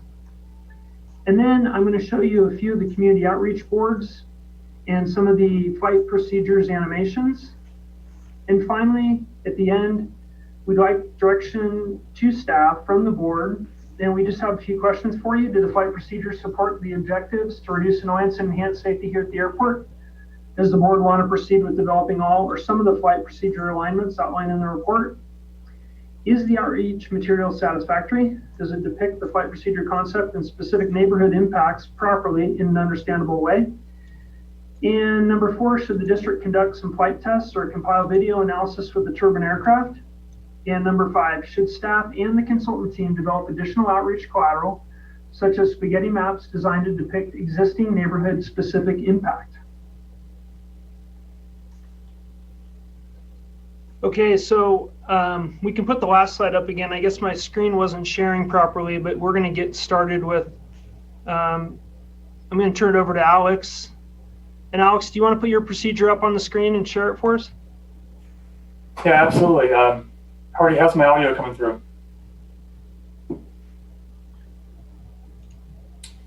Oh, you guys can hear me okay? Okay, perfect, thank you. And so once again, thanks Hardy. As he mentioned, I'm Alex Siebold of Flight Tech Engineering. We're part of the flight procedure assessment team. I've also got Rich Scott on the line here as well, my colleague who will be assisting tonight. And once again, as Hardy stated, this I'll preface by saying that this topic can be somewhat technically challenging with lots of acronyms. I apologize for that in advance. I'll try and keep it as high level as possible.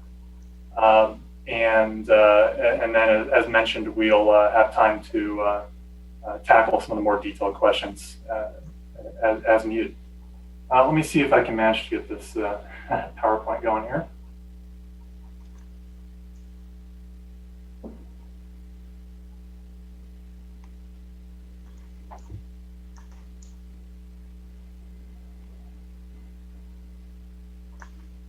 Okay, guys, is that coming through so far? No. No. Yeah. It's interesting. It's showing that I'm sharing here on my side. I can. Oh, okay, I think I don't know. Something's wonky with Zoom. I think I can share your PowerPoint if you'd like. How about this here? Yep, we got it. All right. Okay, success. It's a positive sign here. Okay, let me actually see if I can put it into presentation mode. Okay, is it still coming through okay? Yes. All right. All right. Okay.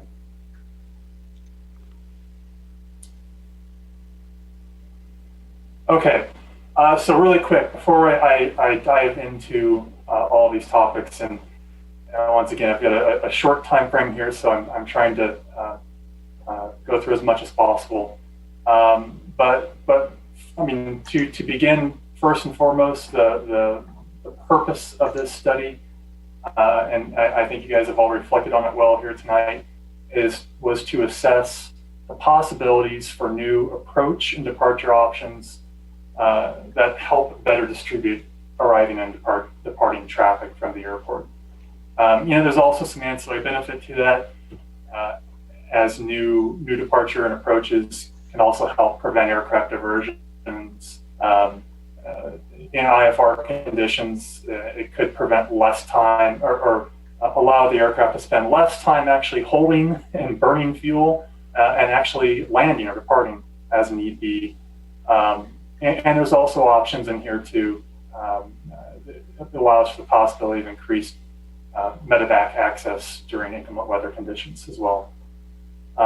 As you guys all know, as community members, the airport is within a very terrain-constrained mountainous environment, which makes it challenging for standard one-size-fits-all solutions or procedures. Luckily, this is something we specialize in, though. We help out a lot of airports, a lot of mountainous airports, places such as Aspen, Eagle, Colorado, Sun Valley, Telluride, and we work a lot in Alaska too, helping to improve reliable access and also assist with departure and arrival route rerouting. I'll say. And there's just another thing too. It's important to remember that there's various FAA design rules that dictate how we can design the flight paths and implement procedures. So, if you might be looking at some of these upcoming procedures and go, well, why can't we just make a hard right turn, a hard left turn here, and just go vertical? And we have to deal with very strict requirements on ensuring that aircraft can actually fly any procedure that's proposed. Once again, these are all just proposals. They're not final, as already mentioned. We're purely here to get feedback and get your eyes on these. So with that being said, I'll jump in here. We've got for departure procedures. We came up with a new departure procedure, and I've heard some of you guys mention about the truck intersection, the majority of aircraft going to that intersection. I'm excited to say that we've been working on solutions to diversify those departures. They're not all going to that same point. We'll show that here tonight. The Truckee 1 RNAV departure, which is just a preliminary name, of course, it serves both runway ends. and as the numbers have already shown, there's already a procedure for runway 2, and the primary runway, especially with the increased jet usage, it appears seems to be 1129, and so a lot of the new solutions were focused on that runway. On the approach procedure side, we've got two new approaches. One with a couple different options, so that we have a new RNAV GPS to runway 11, as well as a couple different options considered for runway 29. So getting right into it, I'll start with the departure routing. This is a single procedure, and it's displayed as a single procedure for purely just for charting purposes. It'll probably be broken up into 2 separate procedures just because because they have unique routing for each procedure. So this will ultimately be 2 different procedures, but it's basically serving both the runway 11 and 29 ends. So I'm going to start off with talking about the runway 11 end first. So this is a RNAV GPS procedure. We focused on procedure types that aircraft that are currently flying in Truckee today can actually use. So you'll hear me talk a lot about RNAV, which stands for Area Navigation, and it's essentially primarily these days mostly a satellite-based derivative of aircraft navigation. So runway 11 of note is that it currently is not served by any IFR procedure today.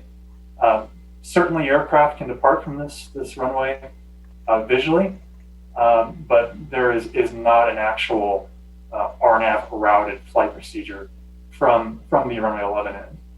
As with all of these procedures, we took initial feedback from the airport authority on preferred routes and the local understanding of where some of the neighborhoods are. We can't avoid every single possible point, but we've done our best to try and minimize this and work with the authority to find the areas of least impact. So for the runway 11 procedure, let me see if I can get my laser pointer here. The runway 11 procedure, which starts at this first waypoint here. Essentially, all aircraft have to be able to climb out, and for RNAV procedures, this means climbing out straight ahead till they reach 500 feet. This is a aircraft navigation system limitation. Then it turns left or to the north and starts tracking at. Once again, we tried to develop the flight path over as minimally populated areas as possible, and then heads up towards the Tahoe intersection. So that is the new runway 11 departure proposal. I've got a map or another slide deck here on the previous page, or sorry, the following page. It does a little bit better job of showing this flight path or flight track over the terrain, and basically it's blended satellite imagery.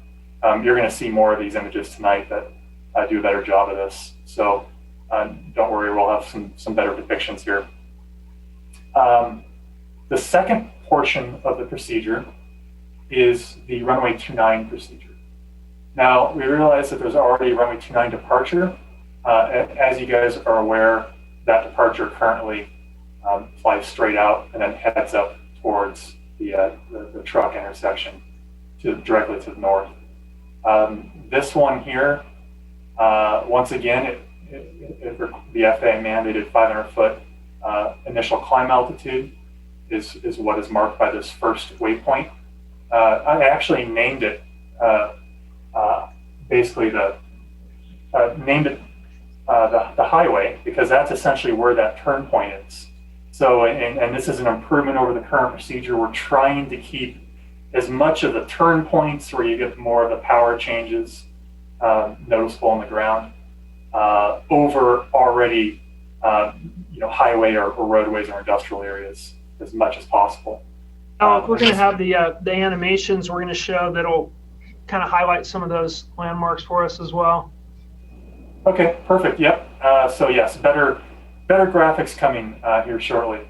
And then this essentially heads out to the west and ends at the Sigma intersection. For the other board members, this is page 23. If you have the report and/or pages, I'm trying to follow it in the presentation as well, so that the other board members can know if they're looking along, because that, like this corresponds to one of the diagrams put together by Aviatrix. If anybody else is interested. Anyway, sorry. No, thanks, Mary. That's probably some easier to read diagrams as well in your packet as opposed to on the screen share here. So those are the two departure options for each runway end, or for each runway end for 1129. Like I said, the runway 29 procedure probably represents the most significant potential track changes, hopefully improvement as this stays over the highway for the majority of the departure procedure. With that, I'm going to jump down to now the approach procedures. We'll talk a little about those. Once again, two options. I'm going to start with runway 11. This is a procedure that it is something that we've employed at a lot of mountainous locations. Currently, the runway 11 approach minimums, or the weather requirements per se, are very limiting for aircraft to be able to safely access runway 11 for a straight-in approach. So as a result, and because of the current procedures are based off of very basic area or lateral navigation concepts only, it requires aircraft to do what's called dive and drive to essentially get down to the runway.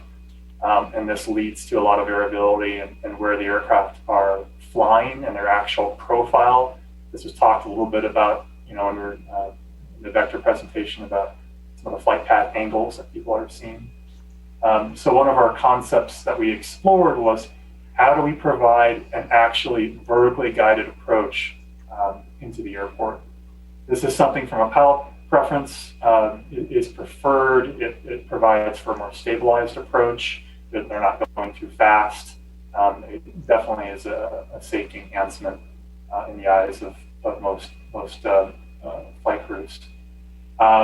This utilizes some curved path technology, which you see in these three waypoints right here, which is very similar to some advanced concepts that they use for some of the Reno style procedures.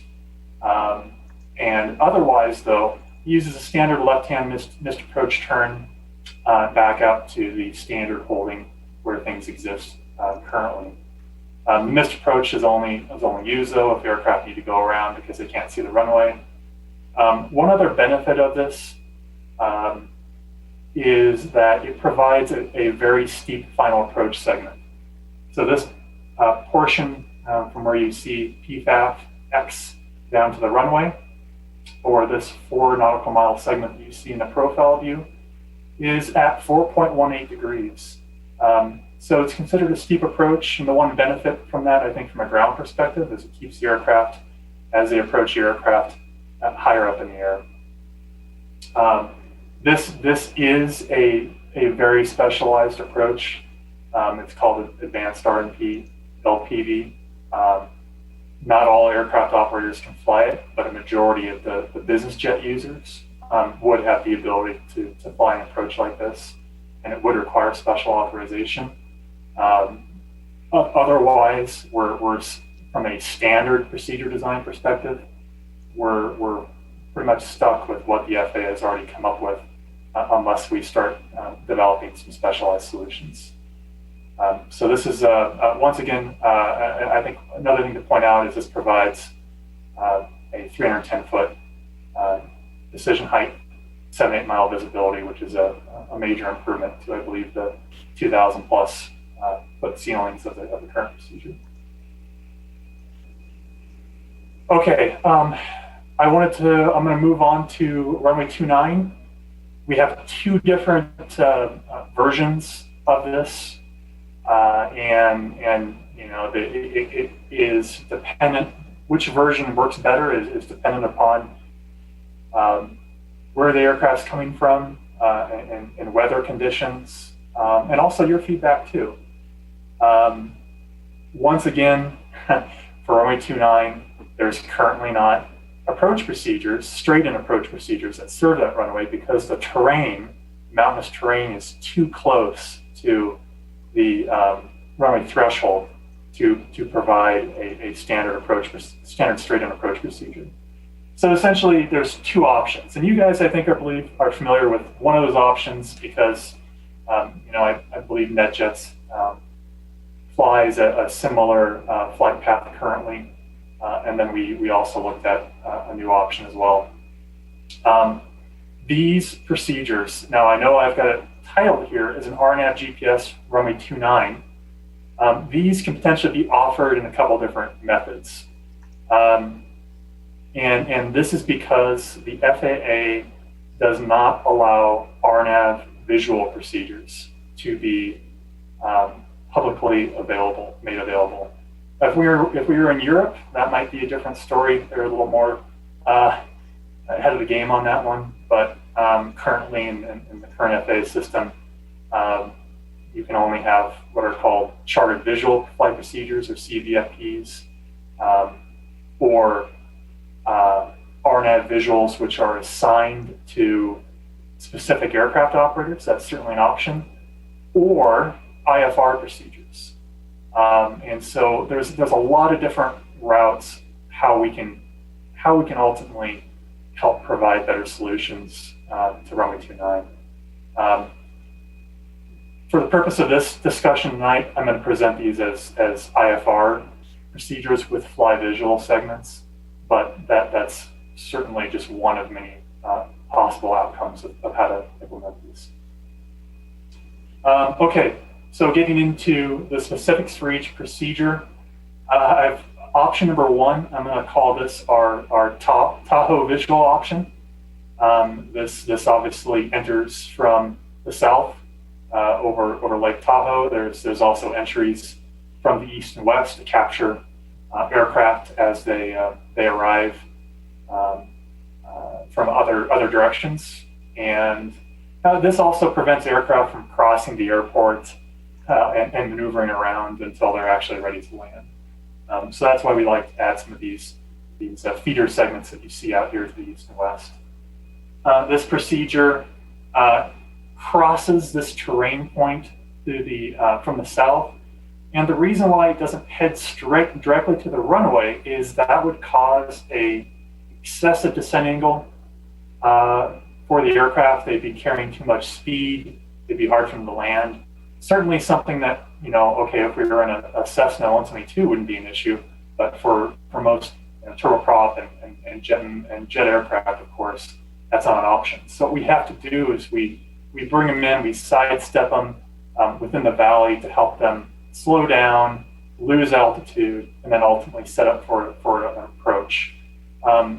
If the aircraft does not have the airport in sight by the time they reach the minimum descent altitude, then they would go around and basically just head straight north out to the established hold point that already exists.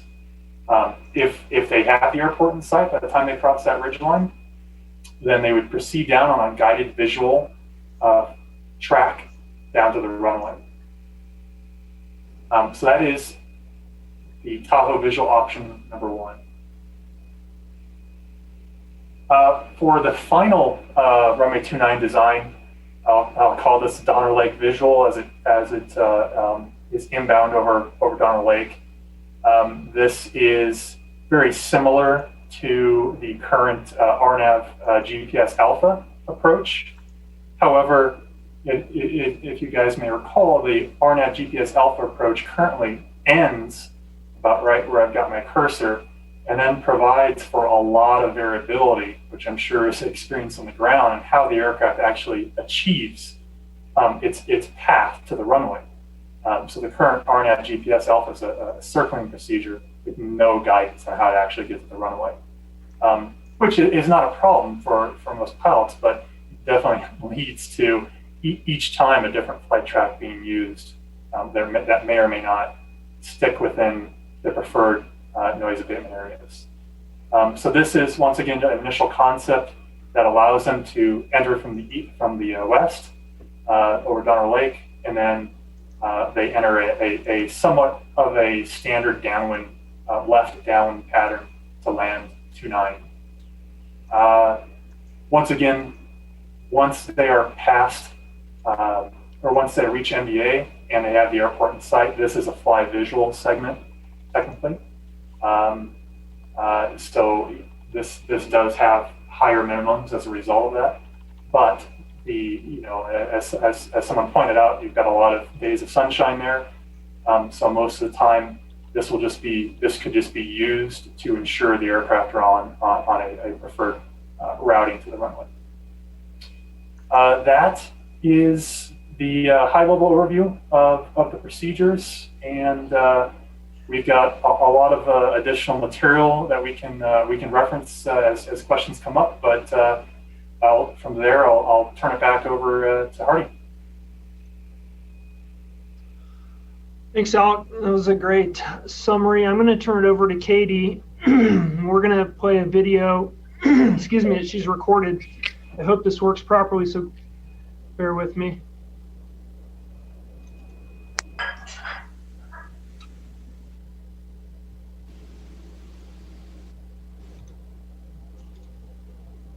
Good afternoon. My name is Katie Franco, and I'm the owner and principal of Aviatrix Communications.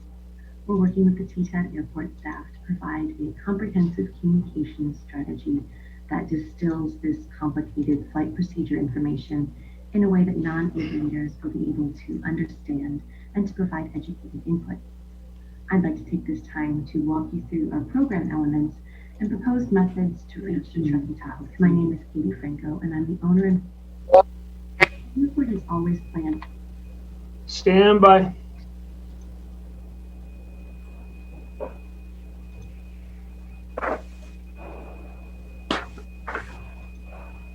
Good afternoon. My name is Katie Franco, and I'm the owner and principal of Aviatrix Communications. We're working with the TTAD Airport staff to provide a comprehensive communications strategy that distills this complicated flight procedure information in a way that non-aviators will be able to understand and to provide educated input. I'd like to take this time to walk you through our program elements and proposed methods to reach the Truckee Tahoe community. The airport is always planned for a comprehensive outreach program as part of the flight procedures development. You can see here just where our outreach falls after the assessment draft is complete and the pilots have had a chance to review and before the board approves the final procedures. Outreach will last for approximately 8 weeks and will include a variety of elements. The first thing we did for the Flight Procedures Outreach Program was to create a unique program brand that will allow people to quickly identify airport communications that relate to the flight procedures. However, since it's still a TTAD project, the Flight Procedures Outreach Program brand is still very closely aligned to the airport's existing brand. You can see here that the mountains and colors are pulled from your logo, and we kept the airport logo itself intact, only adding the program title beneath it. The colors we use throughout the rest of the program are pulled directly from the airport's brand guide, but we think the end result is still a design that is separate from the airport's traditional communications. We selected 4 brand colors to help categorize the complex material. Sorting by color allows for an easier understanding of the type of information being discussed. So here on the left, you'll see that the brick color will house the process and oversight information. Safety and environment details are in green. Feedback and listening is in blue, and data and analysis is in gold. I'd next like to talk to you about our proposed strategies to reach the community with the information and to receive their input. The first is the project microsite. We created a website to house all of the information, and this is the foundation for our outreach. We'll use it to share the project data, house the virtual open house and collect feedback from the public. We believe that separating the project from the main airport website allows for an easier way to navigate through the information. The information will be available until the procedures are approved, after which the final procedures and required documents will live on the main airport website. We will be conducting a virtual open house to provide the community an opportunity to safely hear from experts about the proposed procedures and the effects they might have on the region. The meeting, or meetings, if TTAD sees fit to conduct more than one, would be a combination of recorded messaging, live Q&A, and this open house program that allows people to explore topics at their leisure. The main portion of the open house is, of course, presentations from subject matter experts to describe the new procedures and how they were developed. Time would be devoted to allowing attendees to ask subject matter experts questions through a live chat, and the public is able to view presentations and boards in the virtual open house. For example, if a user clicked on the man on the left or the brick board, he could hear a recording from the subject matter expert on the process and oversight and read the board in more detail. The open house will be conducted live in January, and the recording would live on the project microsite, allowing people the opportunity to review it whenever they like and to submit their comments through the website. In addition to the main open house, airport staff are willing to conduct live chats to help answer community questions in a different format. More casual than the open house, these chats will likely be conducted between a subject matter expert and a host.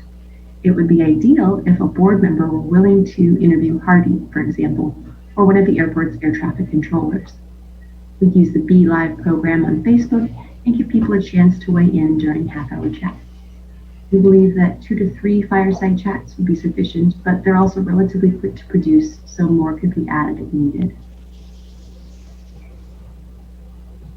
Beyond the website and the public meetings, the airport will share information about the proposed flight procedures on its existing channels. Articles have already gone out in Pilot News and Connected, and information is on the main airport website. We'll share details through the airport's social media channels, and we'll reach out to local media for coverage and promotion of this important topic. We also intend to advertise the public meeting in local news outlets and on social media. Of course, informing the community is only half the goal. The other purpose of this plan is to solicit feedback from residents and neighbors about the proposed procedures. The TTAD Flight Procedures Outreach Program will offer several avenues for residents to contribute. During the live Q&A in the open house, on a comment form on the program website, comment collection on related social media posts, and calling or emailing TTAD staff. All responses will be compiled and submitted to the board at the end of the outreach program. I also encourage board members to record any comments that you may receive and send them to me for compilation. I imagine people will reach out to you directly, and their feedback is important.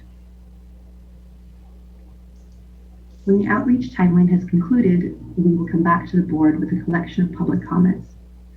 Although public comments are not required as part of the FAA process, airport staff feels it's important to provide you with an understanding about how the community feels about these proposed procedures and to give the board the data from which to make informed decisions.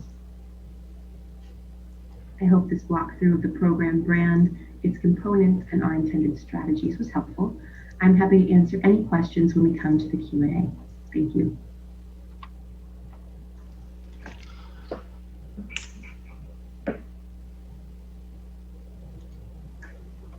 Okay, that was Katie for us, and I'd like to show the board a few of the animations, the track animations.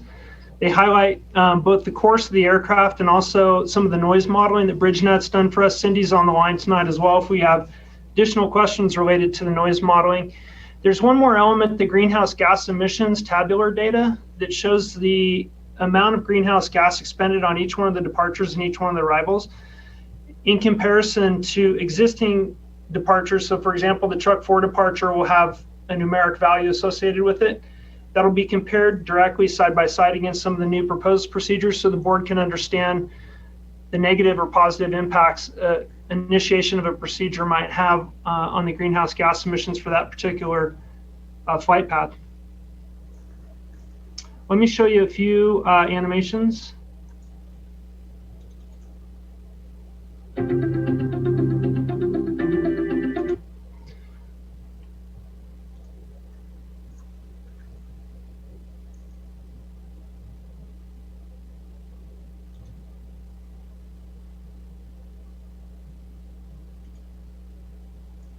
Can you see my screen?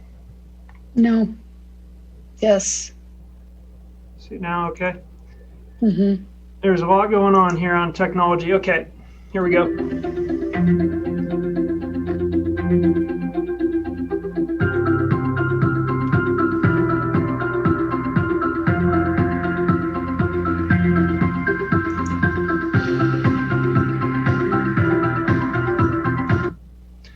I'm going to pause momentarily. Each one of these highlights some of the neighborhoods that have overflight associated with it.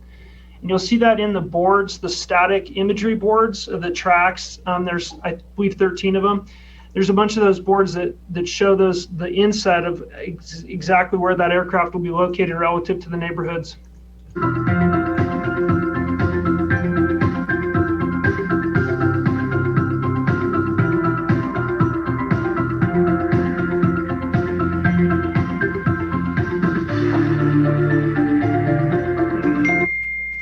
This modeling chronicles 3 different types of aircraft. So the first aircraft you're going to see is a Cessna Citation 550, a twin turbojet aircraft. It's actually the design aircraft for our airport. Then we're going to look at a PC-12, a common turboprop, and then a Cirrus.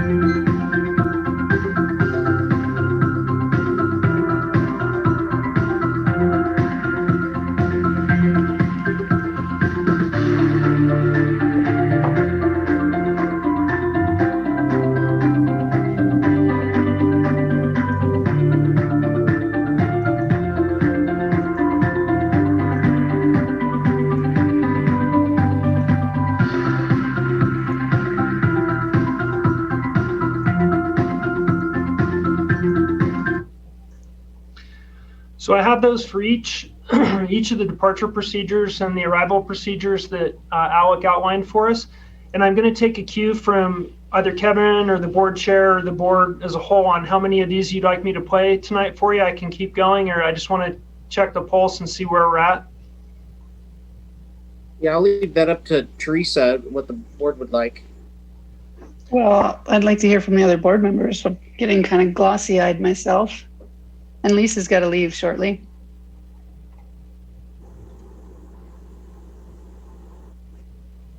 I don't need to keep going. I agree. Okay. Okay. Could Can't I hear do you, one Mary. thing? Quickly, I'd like to put the slide up for the board. Just the final closing slide. 1 second, Hardy. I think we have one more board comment. Yeah, Okay. I would like to see them, but I can see them with Hardy offline if the other board members are not interested. The other thing, though, is were these developed for the existing Truck 4 departure? Yes. So that would be contrasted with it. Okay.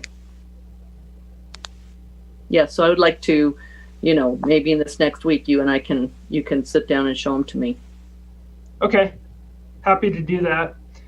I'm going to place. Or can you send them to them so we can do it offline, not at this meeting? Yes, we can send them out to all of you. Thank That'd you. be great. I also would like the PowerPoint that Flight Tech put together, please. Okay. Thanks. Yeah. I do want to throw one quick piece. We have kind of some staff direction component that we still would like to hit.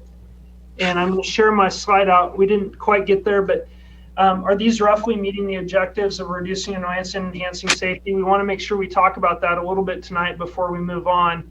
We're going to have to go out to the public and we're going to show this and we're going to represent the airport in that outreach. We just want to make sure that we hear from the board and understand their point of view on these procedures. We want to talk a little bit about the alignments. Again, they're not the final alignments. You may abandon one, if not all of the procedures, but we do want some direction so we can go out and start the outreach process. And I think the outreach material is satisfactory, but we need to understand if the board feels the same way. We can enhance it. We can add more static imagery. We can do essentially anything, it's just going to take us a little bit more time. And I just wanted to touch base with you on that. And then we wanted to do some aircraft testing as well. We talked So about. Hardy, how do you propose to take this out to the public? You're not talking about face-to-face meetings in this COVID era. Are you going to have Zoom meetings or what? Yeah, so the information Katie presented, we're going to have fireside chats, more personalized chats. We're going to have a static website, a microsite where people can visit, watch the animations, read the flight procedures assessment, have a Q&A, and then pre-recorded videos that outline some of the content. So it's all essentially going to be virtualized until we, as long as we need to do that to meet the requirements. If we can get in person, we'd like to, but we understand that's unlikely at this point.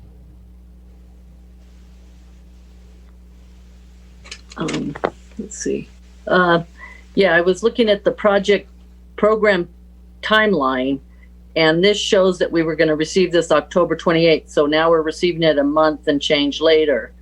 So the pilot evaluation and outreach, has that slipped as well? No, we sent it to the board in October, and it was by design that we gave the board a month or so to digest it and meet offline with staff. Uh-huh. So the timeline's valid, at least as it's portraying the current position. Okay. So the idea is that you would be hitting out on the streets middle of January. And this timeline shows 10 weeks on here. And she said 8 weeks, and I'm just trying again to jive things up.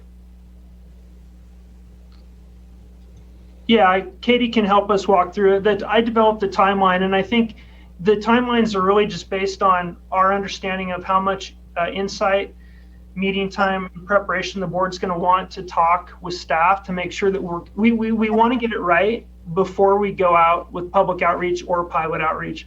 We've done some light dissemination of the assessment to the pilot community. Obviously met with the board members and other internal staff members on the assessment, but we really want to make sure we do it correctly and do it right instead of doing it fast.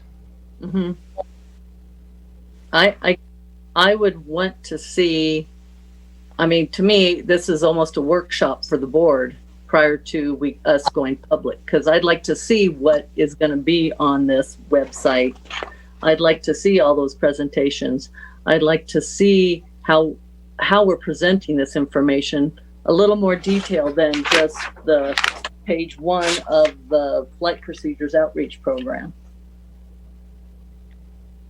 To me, it seems like we as a board want to be very clear with what we're presenting. And that to me seems like it would be a good workshop thing. Either I'd rather have it slip a month and have us be very clear with what we're doing rather than, because it all just seems like we're pulling a little bit here and a little bit there.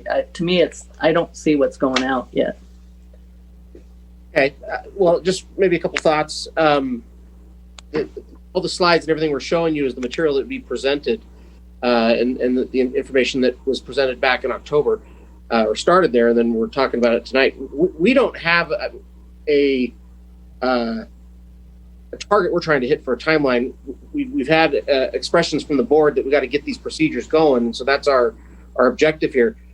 We will be meeting in the end of January, with the new board constituted, and we have on the agenda, I have it later on the agenda to talk about workshops and maybe getting a couple of them scheduled for whether it's February, March, or April. But we definitely, if it's the will of the rest of the board to do that, to have a workshop and to kind of go through this in a higher level of detail, we're very happy to do that. But just know it'll just push the timeline down a little bit. Well, I think we could do a workshop early in January that goes through and you can go through what you're going to do as if we are the public so that we see how it's being presented. That would be helpful to me. Sure. If or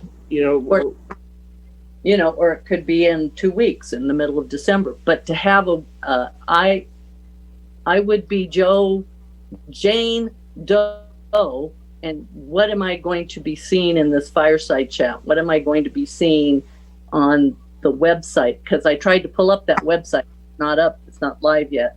What am I going to be seeing? I want to see all of these things. existing, current, and proposed. That's what I would suggest. Need to do all those things, so it's up to the full board as to what you'd like to do. I think we should dig into it a little more. I agree. We should have a workshop and go through the specific presentations. This is a big deal. Yeah. Yeah. And I'd like to get it done, but I'd like to understand it before we actually put it out.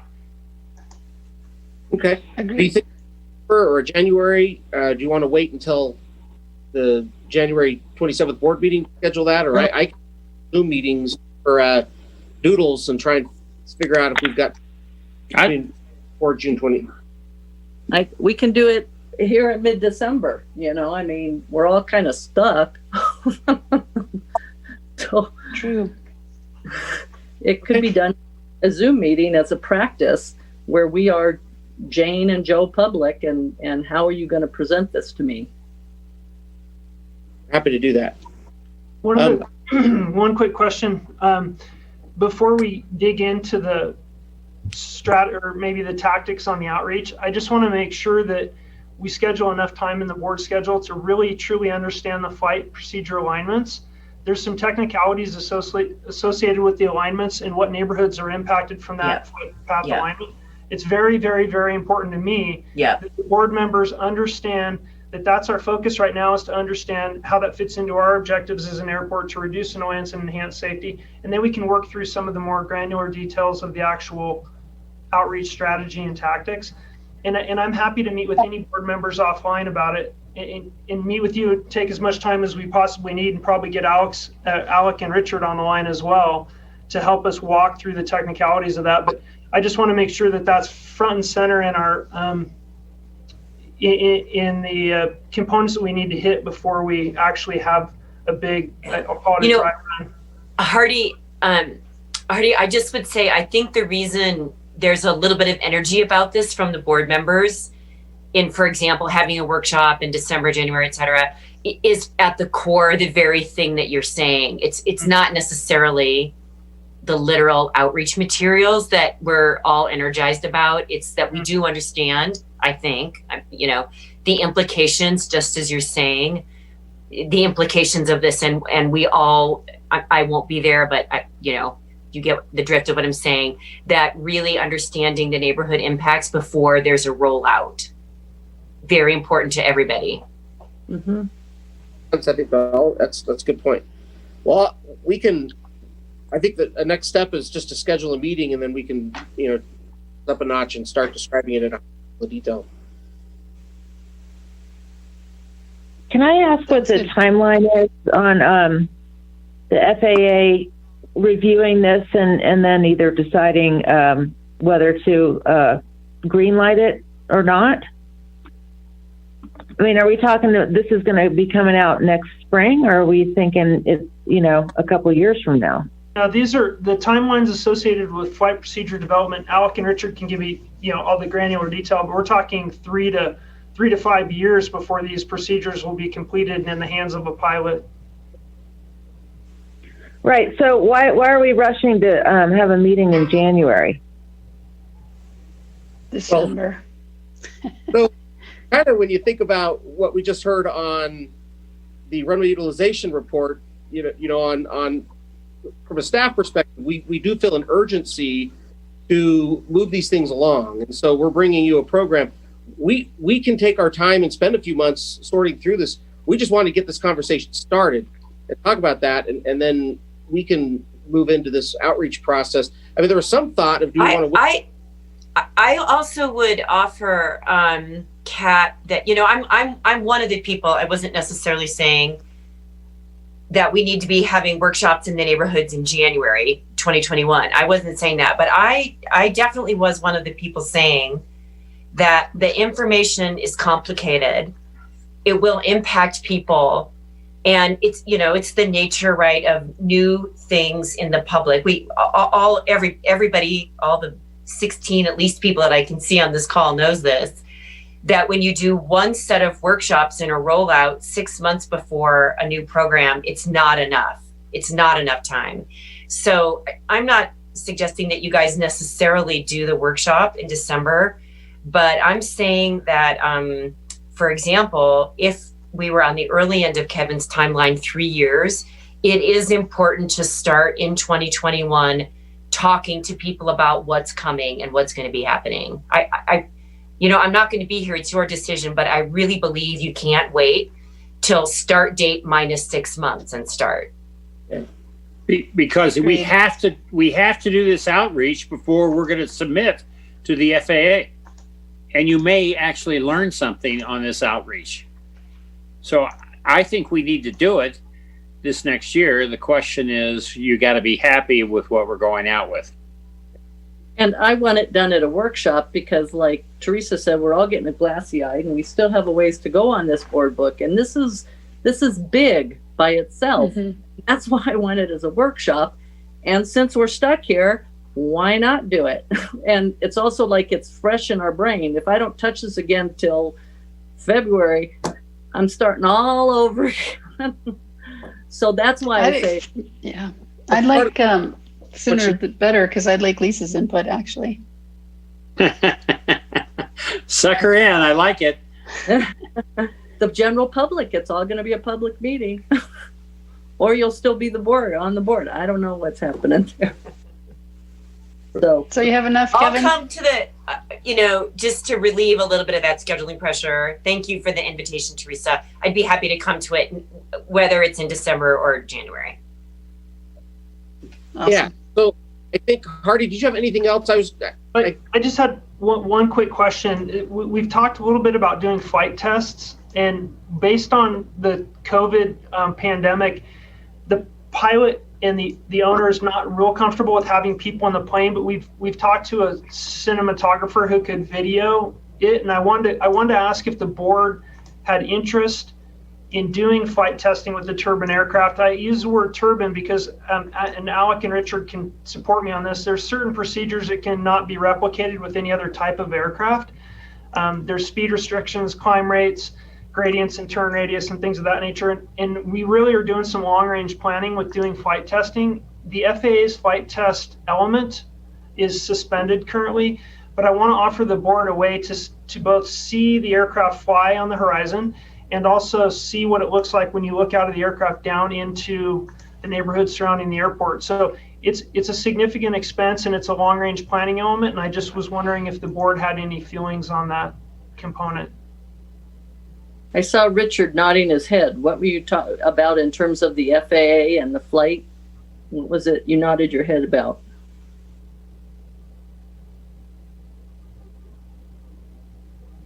I was concurring with Hardy's estimation or his statement that a turbine aircraft would represent a good platform to do this type of evaluation and assessment.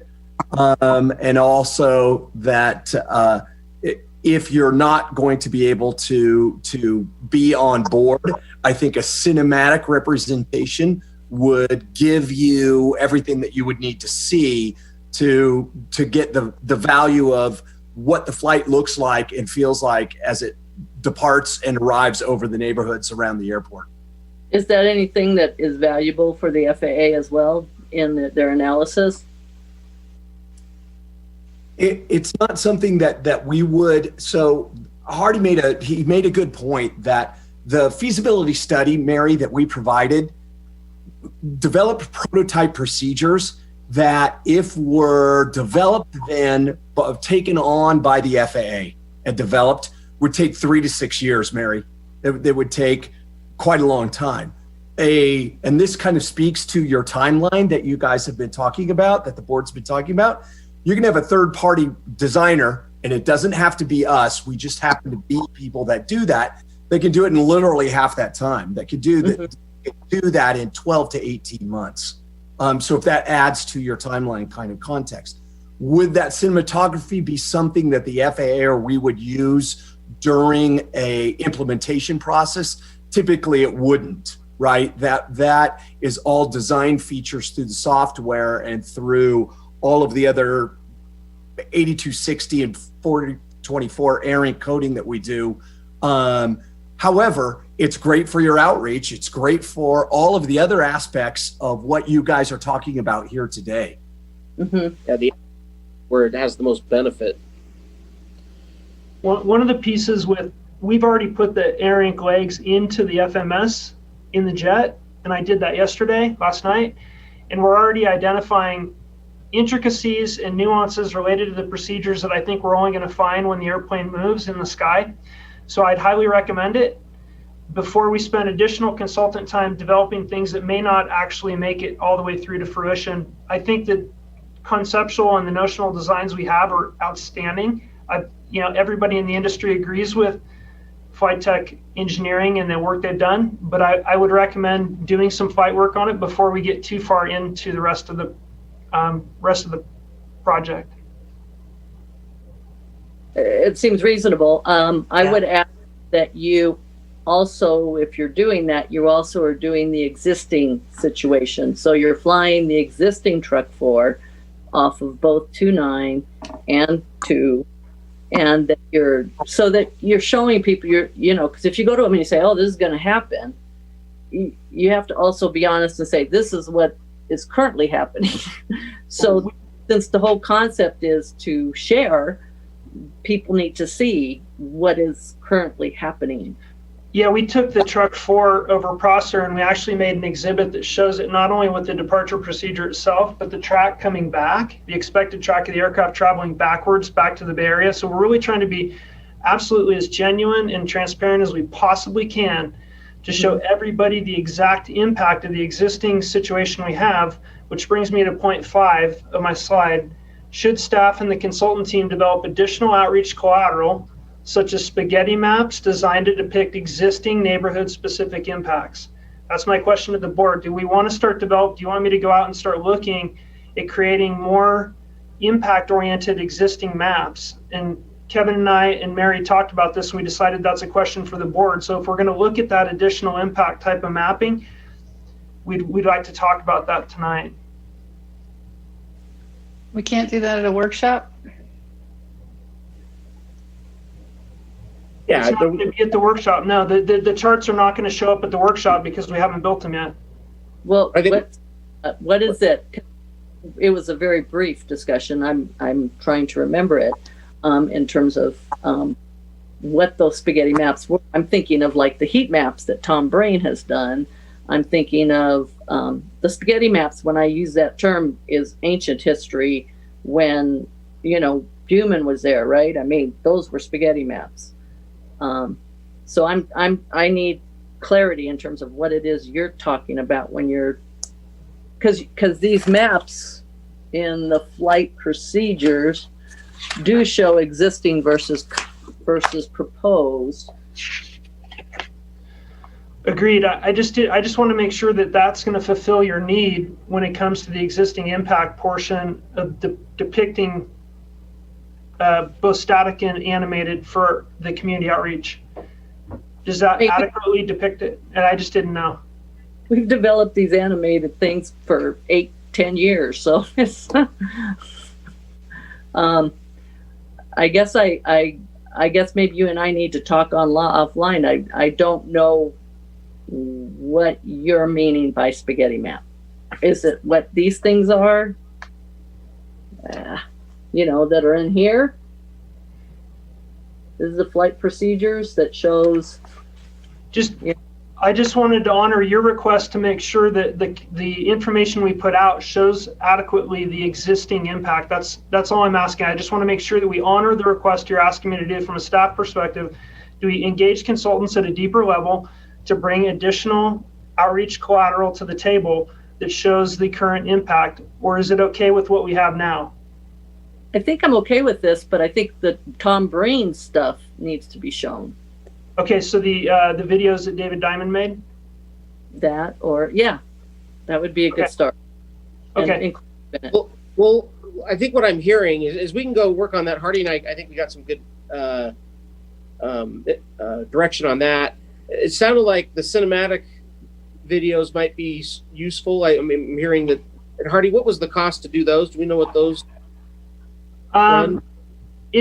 it's quite expensive because you're flying the airplane. So I'm going to estimate that somewhere 10 to 12,500 for that portion of the project.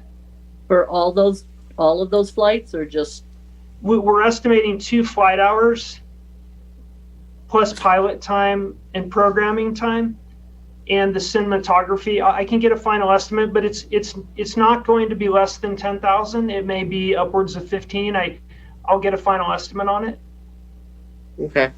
Well, I'm thinking, what I'm hearing is we may be meeting again on this in a week or 2 or 2 weeks or 3 weeks, or if we can't, early January, and we can finalize, some of these things. We'll get a little more info on the cinematic process, and then start to try and build what the outreach materials will look like, so that we can start reviewing them as if you were participants in the workshops in the meeting. And I know Aviatrix has a lot of experience with this. They've done master plans for airports during the pandemic to have these pretty,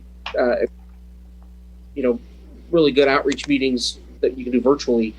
So we'll bring more information on that at the next this workshop. Awesome. Thanks. Yeah. Good. All right. And you can get some hard costs. Yeah. So, any other board member comments or questions? Any public comment? No public comment. I can bring it up at the workshop. We have to remember too that when the NAP that we hand out, that we ask them to fly, it was created without any public outreach. It was just done. Okay, we'll bring it up at the workshop. Great, thanks. Yep. So now we have number 8, ACAT member selection process.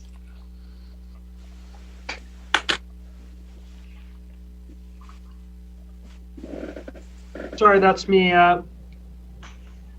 We have a unique situation. I've never faced it in my tenure here at the airport. We're running out of ACAT members because they're being promoted onto the board and doing great things. Unfortunately, the tragic death of Deborah left us with short 1 ACAT pilot member as well, and 1 promotion to the board with Catherine Rolfe, which everybody's happy about. But traditionally, we've gone and recruited for ACAT members. We've done it the same for many, many years. The ACAT bylaws state 3 pilots, 3 non-pilots.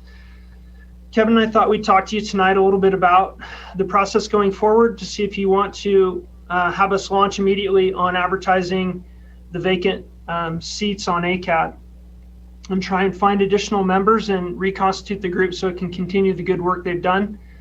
And happy to answer any questions about the process or the current state of affairs.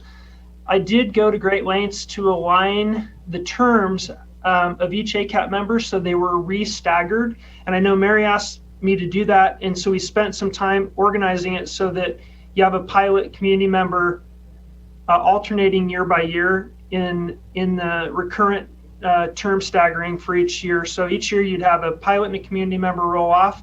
You'd recruit 1 pilot member and 1 community member. So it did change the term slightly, but happy to talk about that and go over it with you. Sounds great. To the extent, I think I kind of would like to let ACAT settle for a little bit, to wait until next year. What I would like to see, because I've been there since ACAT was first created. I kind of am thinking a spreadsheet about what has been done by ACAT, when it was done, and kind of going forward, just kind of since it was created in 05, 06, and wondering, the idea behind it when it was created was to get people in the room and look for low-hanging fruit. And I think we've gotten most of the low-hanging fruit. And in my mind, I kind of like for us to sit and wait a little bit to see before, and maybe into next year, because this time of year people don't apply anyway. I'd like to push this off into January and decide if we want what we're getting out of ACAT and what we see it going forward. So we can do that, but with only 3 members, there will be no ACAT meetings at all Okay. until decide. They won't meet in January, and they might not meet in February, and they might not meet in March. But I would like that spreadsheet list of what's been done by ACAT, and have, as again, a board where there's not much low hanging fruit anymore. And so what we see the ACAT being in the future. That's kind of. I mean, advertising for applications doesn't prohibit that. True. It's just, if somebody applies, it's time. And this time of year, people, well, I guess we're all stuck, so maybe people will apply. Yeah, and it's not really our choice. I just don't, I would like to see it kind of sleep for a little bit, is where my head's at with it. Josh, why do you want to see input? it exactly?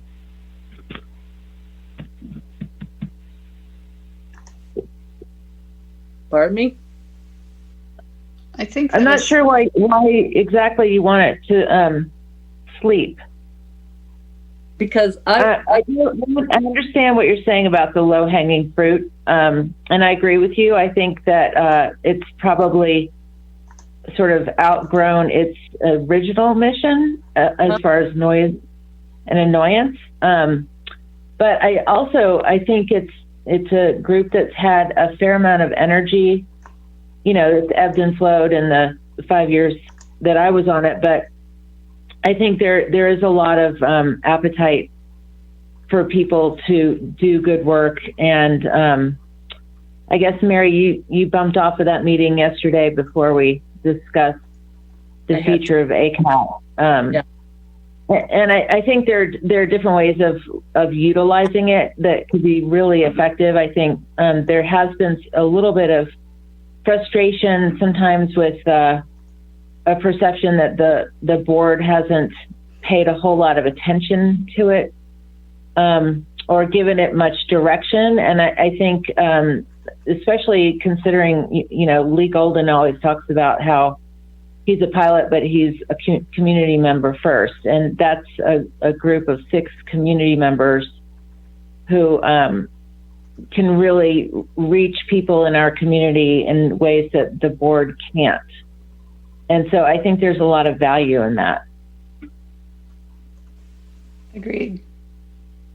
Yeah, I don't understand how ACAT can approach the community, your last statement, that the board can't, because I've not seen people. I mean, how many people do you have attend ACAT meetings? We don't. Right. Okay, but ultimately the question was, do we want to take applications? And I don't. I don't see any reason why not, and I think ACAT's super valuable. I agree. Especially the pilot side, when we don't have an equal or even close to equal number of pilots on the board. I think our intention here is to start an application process, and we can actually have candidates by January.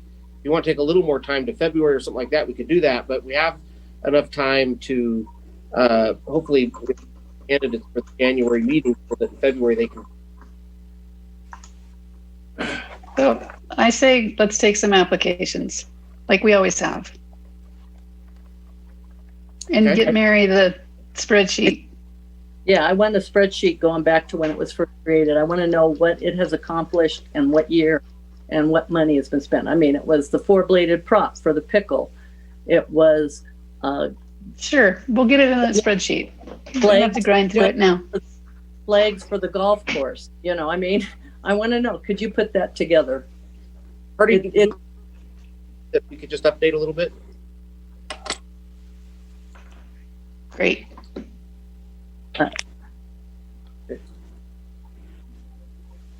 I'm sorry. I was answering a public comment. What was that?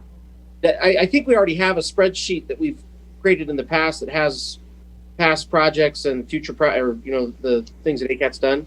Yeah, it's got the accomplishments. We've never gone to the length to do the financials on it. Is that something we need? Probably not, but a timeline. What year? and Yeah, you bet. I'll get you that right away. Yeah, and maybe other board members want to see it too. Yeah, send it to all of us. I have one board member that doesn't want to proceed. We have two that do. We need three to, at least from a staff perspective. We're just how many bodies are we looking for? 2 pilots and 1 community member? That is correct. I have a public comment as well when you have a second. Okay. Kevin, this is a third board member who would say, let's go. Since you were looking for consensus on that one. So. All right. Any other thoughts or questions or should public comment? I'm sorry, direction given to staff. You want us to recruit ACAT members, yeah, do that. ACAT members. Okay. The public comment is from David Diamond, and please hold off on doing anything further on ACAT until the new board is seated and can discuss. Okay, thanks for the comment. All right, so now we can move on, right? Can we go to the actual ACAT report? Yes. Hi, David. Thanks for entertaining my public comments. Anyway, I'll get through this real quick because I know you're all falling asleep. This is the ACAT report from November 3rd. It's a little confusing because we also had an ACAT meeting yesterday, but that is not included in this report. So this is from November 3rd. On slide 2, there is a mistake. While Kat was there, she was there as a director. She was not there as an ACAT member, and Lynn Larson was there. So that's a change on that slide number 2. And our action items were just the minutes, an overview of ACAT groups and agency partnerships, discussion, which we'll talk about just a little bit more. And then we also had a presentation, which actually might be of interest to Director Hetherington. It was past aircraft equipment modifications and summaries, and there was a document in there that actually did show a lot of ACAT history, so that might be repurposed for that. And then moving on, let's jump ahead to slide number 5 because I just talked about that number 4. The discussion about the ACAT groups form and function. Hardy brought this in. It was an examination of other ACAT-like groups across the nation and how they were formed and what their purpose was, whether they were geographic or how their members were appointed. And he showed us quite a diversity of that. The reason for that is that we did have a discussion about whether the 6-member ACAT format is no longer efficient because it does not potentially represent the entirety of the airport district, and it can't really with only 6 members. And if we do want to increase that that connection with the community, that we might want to rethink the format of ACAT. So this is why that presentation was brought in. ACAT was hoping at that point in time to come to a recommendation to you, the board, and we were unable to do that. So we shelved it for further discussion, which took place yesterday, and I can't talk about it because it's not on the agenda. So moving on to slide 6, your agency partnership policy, that was brought back to ACAT for ACAT's opinion, input on that. At that point in time, member Caldwell did not want to discuss at length her input on it. So there was no action taken on that until yesterday's meeting, which I can't talk to you about. So there is nothing there. And then on the final thing, ACAT, actually the next ACAT meeting on this slide, what happened yesterday, we did actually have a quorum there because I'm still officially an ACAT member. And so that was the end of that. And then my understanding is that presumably in January, I will bring you the ACAT report for what happened yesterday. Kind of confusing, but that was that. Any questions on that? No, thank you. Thank you. Any public comment on the ACAT report?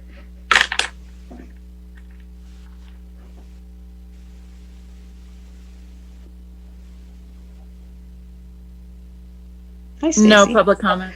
No public comment. Okay, let's do Stacy. Good evening, y'all. How are you? Stacy Justison. I know, right? To do the safety report for the third quarter. Jumping straight into our safety management system, we received 22 total reports in the third quarter. On the operations and maintenance side, we had 4 misfuelings. Now, as I've emphasized in this report, there is no one single definition of misfuel in the aviation industry. So we here at the airport, we've taken the most comprehensive definition, and we define it as anything that differs from the fuel order, which includes type, grade, quantity, distribution, and the proper aircraft. Many in the aviation industry define misfuel as simply the type or grade of fuel. So we use all of those. And I will point out that none of these 4 misfuels, what we call misfuels, were the incorrect grade or type. So we did do an investigation. We analyzed dates, times, fuel trucks, etc., and we could not find a good trend or pattern for the occurrences. But we have definitely taken an aggressive approach to this through training, through advertising, mottos, multiple different ways. Any questions on that? So did we give more fuel than was asked for? And what does distribution of fuel mean as compared to distribution? Oh, sorry. Yeah. So Mary, the distribution of tanks. So right or left tank, inboards, outboards. So the proper distribution within the tanks. Okay. And then the quantity, did we end up giving too much? Yes, we did. We did one with too much. We did a second with the improper distribution within those tanks. We did one without a de-ice, a fizzy de-ice that we put into the to the fuel. We injected into the fuel, and we did another one with de-ice. So, all of these incidents were found during while we were on the ground, or sorry, not me, but while the aircraft were still on the ground, and we discussed it with each pilot so that they can make their decisions. And it did not affect their ability to depart? No, ma'am. Thank you. Yes, ma'am. Any other questions? Not on that. Okay. On the ramp services side, we did have a hangar tenant who was driving fast out near his hangar. The next one was we had a transient aircraft that leaked approximately 14 gallons in the jet fuel. Our ops and maintenance staff in the morning, they did a great job identifying that there was leaking fuel from an aircraft. They soaked up the majority of the spilled fuel on the ground, and then they caught the remaining, which was great on their part. We don't want it on our pavement. How does it leak fuel? I mean, Yes, no, would that's it have okay. been leaking while it's flying? No, so this was basically due to a faulty check valve. Okay. So a check valve between the two tanks. Once we got the pilot in, he started up that aircraft, and he was able to surge the generator, which closed that check valve. And 50 miles per hour, well, since we're on this page. Yes. Is there anything, does Kevin go out there with the big wet noodle, or? No, he sends me out there. I'm the wet noodle. That's much worse. Yes. Yeah, no, Stacy has a skill at tuning those kind of things up. I would think so. After, managing 300 Navy guys. Thank you, Mary. I'll take that as a compliment. Okay. All right. Next page, we had a propeller strike one of our orange cones, which will never happen again because we did take those T spots out of service. We blacked them out. Aviation side, we had one near miss between a skydiver who was not in his proper area. He was not in the northeast quadrant, but the pilot was a mountain lion pilot. He did an excellent job of doing evasive maneuvers to avoid that skydiver. We have had 2 incursions. Both were caused by pedestrians trespassing onto our movement area, both the taxiways and runways. We had 1 excursion. The aircraft went off the edge of the runway due to improper control inputs. We had 1 bird strike. Again, ops and maintenance did a fabulous job.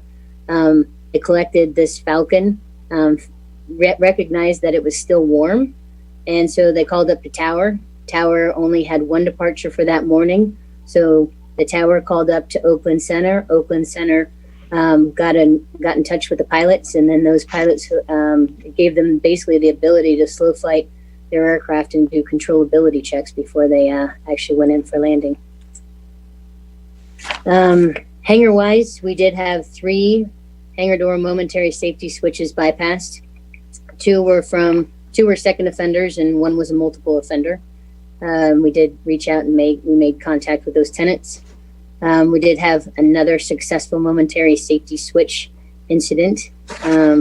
Basically, one of the cables had unwound around a sheave, and so the whole system was faulty. And so, by taking your hand off that switch, we precluded it from doing any further damage or harm to anybody.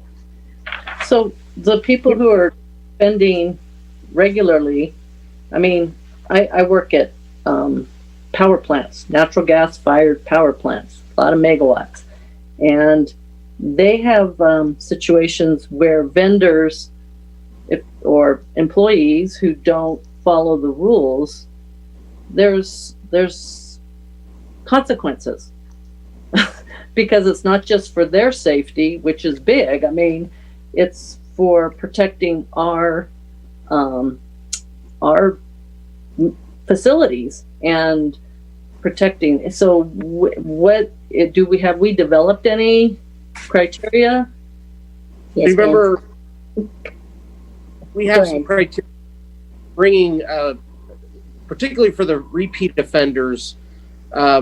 There's a little bit of policy instruction work that needs to happen on that as to what we can do once we just have someone that's not going to comply. It's a very small number, but there shouldn't be any. And so we're going to bring something to you that gives us, whether it's punitive fines or do evict over momentary switch, things like that. So we got to talk to the board about that because we feel like anything we do, get it anyway from tenants coming in to talk to the board. So we're going to bring something forward here early next year.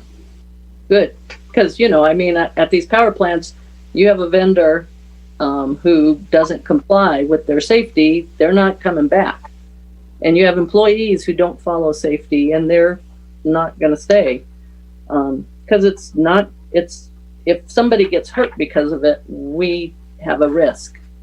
We shouldn't be bearing that liability.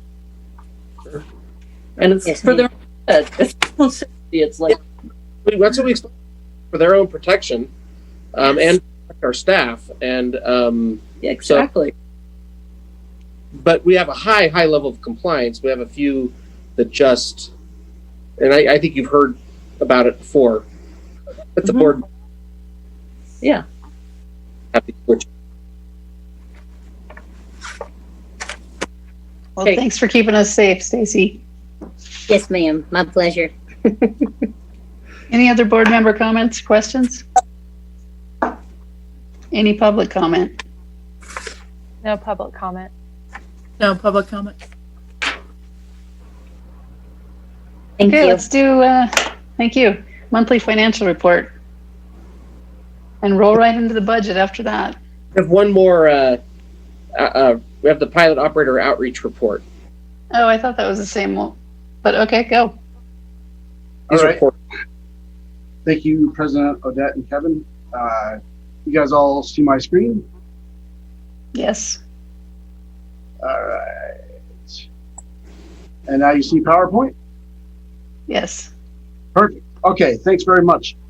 I'm Mark Covey. I'm the pilot and passenger outreach coordinator here at Truckee Airport. I'm going to go through this quick presentation. I'm going to kindly ask that if everybody can hold their comments to the very end, I'll kind of go through this kind of quickly and then gladly answer any questions that you may have. So let's start out by just reviewing pilot and passenger outreach mission is to build cohesion and adherence in the local, itinerant, and corporate aviation community to enhance flight safety, noise abatement, curfew, compliant flight operations, all while being a good neighbor to our local community. Some quarterly outreach highlights from this quarter was a presentation that we did in conjunction with the Schultz-Sonoma Airport and the FAA Oakland FSDO, which is a virtual flying into Truckee presentation on the 11th of November. And I'm proud to report that we had 252 attendees on that meeting. If you look over on the right-hand side, you can see that we had a decent mix of private VFR, private IFR, and then also some commercial operators, some people that fly charter into Truckee Airport. So it looks like we hit a really great cross-section of some of the local community. Like I said, 252 attendees, and we have 5 more of these presentations lined up for Q1 of 2021. Another highlight was winter operations meeting, which virtual presentation again due to COVID. That was presented by Director Dave Hoffman and yours truly on the 18th. Had 20 folks that turned out for that. This was our, I believe, our 3rd year of doing the winter ops presentation. So still fairly solid attendance. Direct in-person outreach on the ramp, in the terminal, around and about, playground, 50 plus pilot and passengers. Quarterly concentration, we focused on making contact with some of our charter and corporate operators. We sent out emails to 200 contacts at 59 charter operators. Got some direct feedback from some other folks, also pursuant to the FAA Sonoma webinar that we did, that they would like to see a corporate and charter specific webinar. And that's something that Hardy and I have discussed and we'll get in the works in the coming months. Also, I have been having monthly meetings with the Air Traffic Control Manager to talk about our traffic trends, ensure that we have a consistent delivery of our noise abatement departure clearance and calm wind utilization. Also working with the pilot community and staff on flight procedures that you've heard quite a bit about tonight, participating in meetings, and we'll be flying proposed departures and approaches, as well as creating some outreach material. Also performed work on our hangar incentive study that you'll be seeing more in the near future, and in total connected with about 500, with over 500 passengers and pilots through corporate outreach, the Sonoma presentation, and in person through October and November 2020. So one thing that we found might be important to highlight to board and community members is what our comment outreach process is. And you'll see on this graph here, it kind of flows like this. Commenter makes a call, the comment is evaluated by staff. If it's no further, then we have a further investigation. If we find that no further action is needed, the commenter is contacted and then there's an explanation made of that given operation. If there is further investigation needed, then staff members will evaluate the flight track and then also any external factors, wind, traffic, what the weather was doing. And then from there, potential pilot outreach is made and the commenter is contacted and informed of the outcome.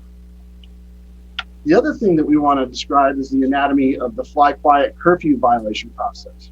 So that's all initiated when someone flies between 10 p.m. and 7 p.m. From there, the evaluation begins. If there is no incentive violation, if we question if there's an incentive violation, no incentive violation, the hangar tenant is well within their signed fly quiet agreement, we make notation. If it's a transient visitor, we do make pilot outreach every time and make sure that we focus on the curfew hours and the premise of being good neighbors. On the converse of that, if somebody does violate the terms of their fly quiet, their hangar incentives, then the pilot is mailed a letter of non-compliance with their fly quiet terms, and they're given 30 days to reply to us in writing. If there is a reply, then the reply is reviewed by the general manager, and if the flight is okay by the general manager, then we move onward. If the reason provided or no reason is not acceptable, then the fly quiet incentives currently are revoked for 7 months. Just in closing, I want to share a success story that we had. As you probably know, we had quite a few comments that came from the Russell Valley area for a while from some overflights. So what we did to help circumvent that was to have a meeting, roundtable discussion with our flight instructors about Russell Valley overflights in September on the 15th. And I met with our air traffic control manager and talked about some potential things that we could do to spearhead that. And in the meantime, Hardy met with some of the community leaders of Russell Valley and had a discussion and a solid circle back. From there, from that sort of three-pronged approach, we saw a substantial decrease in comments from Russell Valley. In fact, only one since the 19th of September. So we consider that a success, but we're not going to let our guard down. We're going to stay vigilant and ensure that we don't have any sort of reoccurrence, and also just stay engaged with all the community and pilot community members as well. From there, that's it. Short and sweet tonight. And I will now entertain any questions that you may have. I would like to know how many fly quiet incentives were revoked this year. That information I don't have readily available. Mr. Van Quest, you may be able to assist us in that dimension. Is that correct? I can pull the number of violations. The number that were actually revoked, I think Kevin Smith would have an answer. You're on mute, Kevin.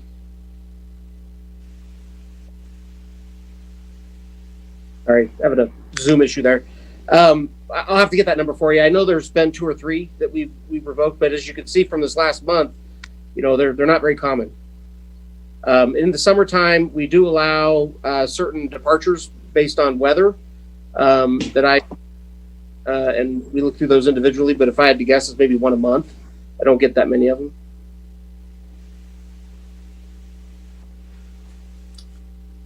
I just counted 3 violations so far in the year.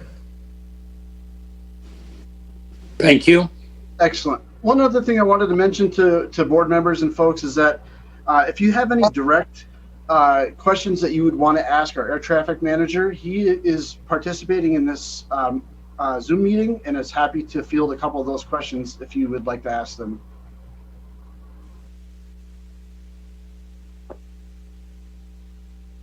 If not, otherwise you can report it to us and we can take them offline and do that at another time. Otherwise, thanks for. Go ahead, son. I'm sorry. Oh, just, you know, it's what we've discovered with the calm wind, but I think he heard all that. So. Any other board member comments or questions? My other comment would be to Mark is when you're out handing out literature with the NAP and or going on these, if you can also be handing out and discussing the emergency landing map. Yep, that's correct. So what I've done with our FAA folks is that they typically will ask for a PDF of the slide presentation in advance, so they're able to provide to our attendees all the links to our noise abatement procedures. We also are assured that we include the emergency landing guide in there as well. So basically make sure that everybody has all that information. Okay, and the other one would be in the context of getting the greenhouse gas thing that last month, was kind of, it's going back to the drawing board for different things, but I also think that would be valuable information as we go into the winter. That's also a big, oftentimes at Christmas, we get a lot of flights, and I would like, it to be available to Mark to hand out, even though it's not our final version. It's still got a lot of information on there.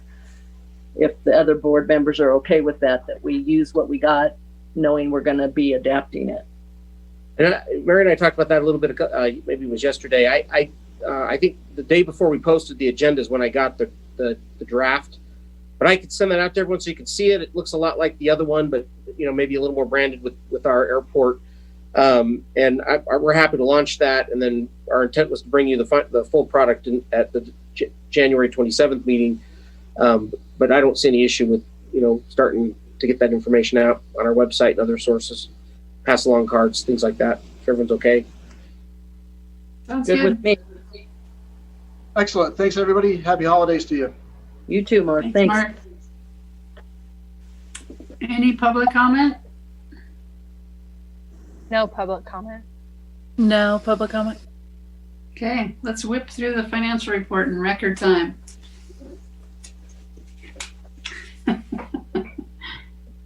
Can't hear you. Can't hear you.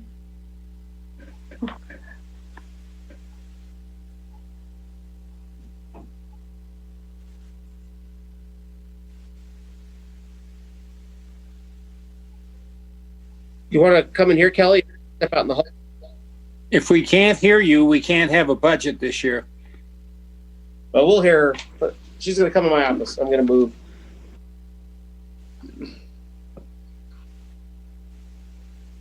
I don't have screen share, but there you go.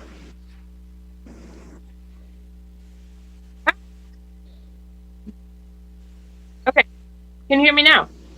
Yes. Okay. I'm giving you quick. So financial report through October 31st.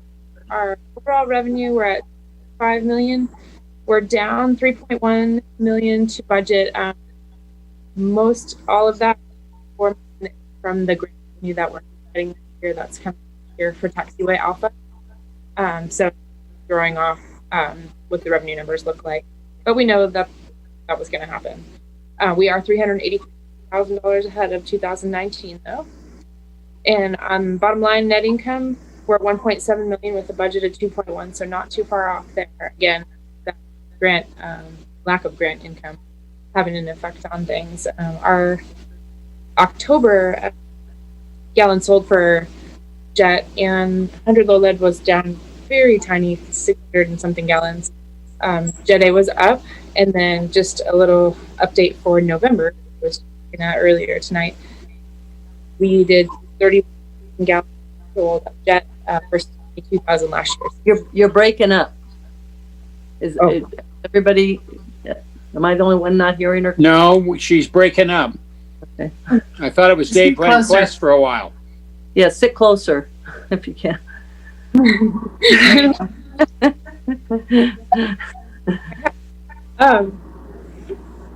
Want me to do it again? No. No. Talking about November, fuel sales were stronger than 2019. So I think November will help us catch up a little bit. Obviously that grant revenue is not going to be there, but everything else should start to catch up a little bit more. I do appreciate you're doing the separation of showing net revenue on this. This is new this month, so thank you.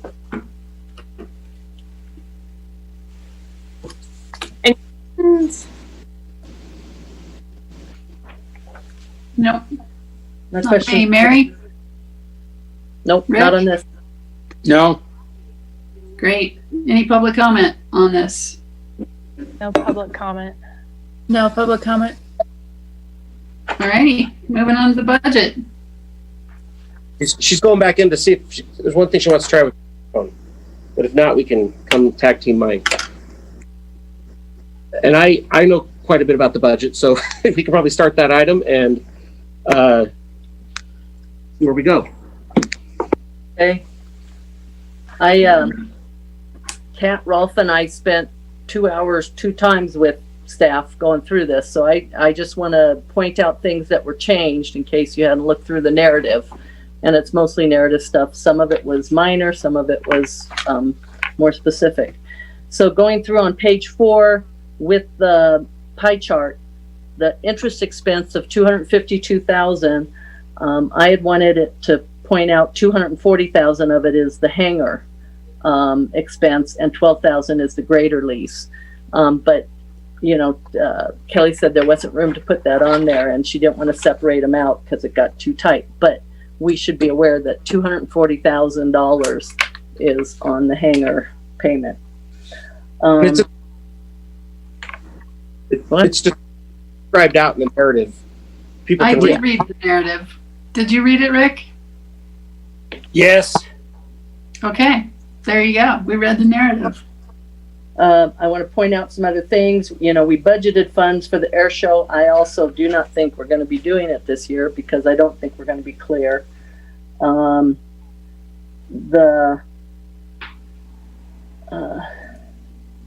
I appreciated on the noise and annoyance mitigation that Kevin has talked about the hopefully in the 3 to 5 years on these procedures, and that the $960,000 is basically $2,630 per day that we're paying for that tower. It benefits the pilots and passengers and safety, and I would argue it's not benefiting certain parts of the community, and I'm hoping that will change. Moving on to page 7, the design work on 220 reconstruction and the EAA cap building replacement. I guess by it not being flagged, that is going to happen, is the way I would guess this is going to be. We can flag it if you want. That's basically some funding to decide what we want to do with the old building, and it's not to build a building, it's just to study the concept. I guess I would like to flag both of those because I'd like to see them come back, if that's okay with the rest of the board. Good with me. Okay. Then the hangar 1 door for the tenant, we have that. That is flagged. I just in noticing everybody, as you probably saw the spreadsheet on leases come around, there's only $10,000 of tenant improvements on that. They're paying $48,000 of rent for a 10,000 square foot hangar, a 1,500 square foot office, and we spent, I think, $800,000 for making those improvements. I also think we should flag or delay the playground expansion because I don't think we want kids out there playing this year. The rec park, I think, has blasted, they have closed their playgrounds. On to page 8, the property tax revenue, I just wanted to point out, $7 million. It's our biggest money coming into the airport. Before you keep going, Mary, direction to staff the playground expansion? Yeah. Well, that's what I'm asking everyone. Do you want me to flag that? Or Fine. It's fine. All right.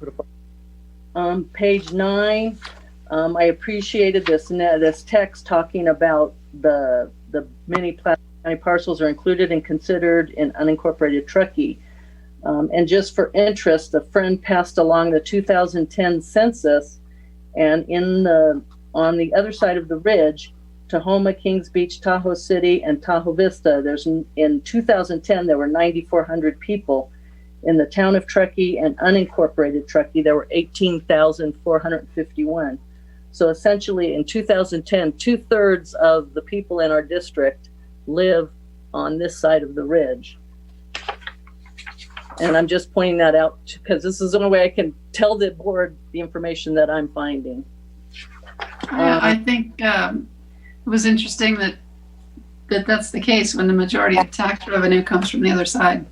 No, the majority of the revenue comes from Placer County. Right. But Placer County is not defined by the ridgeline. It's not defined by the lake. Nowhere. Okay. I was glad, page 12. I'm really glad to see we're breaking out N1 and so we can track what we're making on N1 and what we're making on the T-Hanger nightly rental. I think this will be helpful going forward.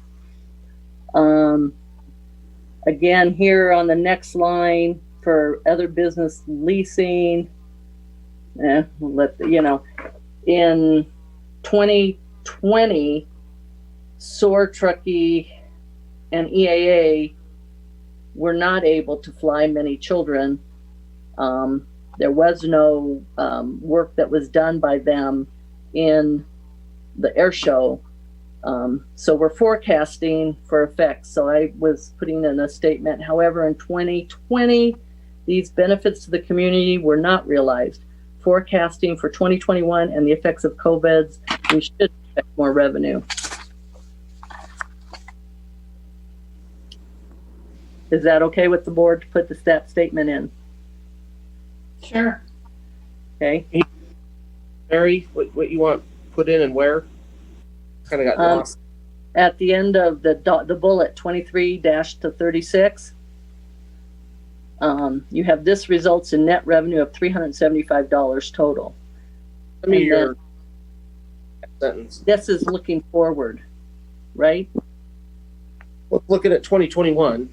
Right. Yeah. And so, however, in 2020 and as expected in 2021, these benefits to the community were not realized in 2020 and may not be realized in 2021. I can send you, something capturing that they didn't. You sent me the 2019 information. In 2020, they weren't able to fly kids to Oshkosh. They were not able to work the air show. Yeah. Right? So I want that captured in there that we forecasting in 2021, if those things don't happen, we should expect revenue. Yeah. Or wrong. Yeah. The board, yes, the board's going to have a conversation. I've got it in the rolling agenda for early next year about a couple of your nonprofits that have rent offsets that we're not able to realize the typical work they do to offset that rent. So you're going to have to decide, do they pay us, or are we going to give some kind of clemency or some kind of time for them to make that up other ways? But we can definitely add some language there. A lot of this is due to COVID. Yeah, all of it. Yeah, and I am concerned because we basically were so far along on the air show. We figured we paid the nonprofits and we spent on this flyover probably $100,000 with the hotel revenue. I think we need to make a decision now. We may have a vaccine. What are we going to do? Ask for proof of you're vaccinated before you get into the air show? This is a nightmare possibly coming. And what about people? Not on our agenda right now. Okay. Well, I'm saying the air show is going to be an issue for me down the road. I assume it's flagged. We're not deciding to do it by putting it in the budget, correct? Correct. There's no agreement to do it. So that is on the agenda. Remember, we had that on the last meeting, and then the comment was delay it till January to when the new board is seated. So you'll hear a presentation from the Air Show Committee in January on what they hope to do. When it will be on the agenda. Yes. Okay. 7th of January. Yes, ma'am. So then, moving on page 14, there's this gross profit for fuel. And I feel very strongly that it should go right after cost of goods, 48-51 fuel costs, because that's showing the gross profit on fuel before payroll and benefits. And I brought this up, and Kelly she says it's a GASB thing, but this whole paragraph has nothing to do with anything numbered. It just is showing that really, in terms of gross profit, we're making $130,000 a year on low lead and $1.1 million on Jet A. And I would really like to see that moved above payroll and benefits. But I need the board to concur if that will happen. I'm going to go with Kelly on this one.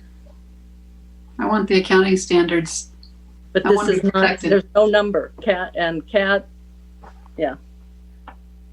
Okay. Can you explain to me why it's a GASB thing then? Because there's no number, it's just purely fuel, not payroll and benefits. Then they would be getting into net profit on fuel, because once you subtract out the cost of your personnel and your equipment to distribute that fuel, that 1.24 million that we make is going to drop significantly of how much we really make on fuel. Can you hear me now?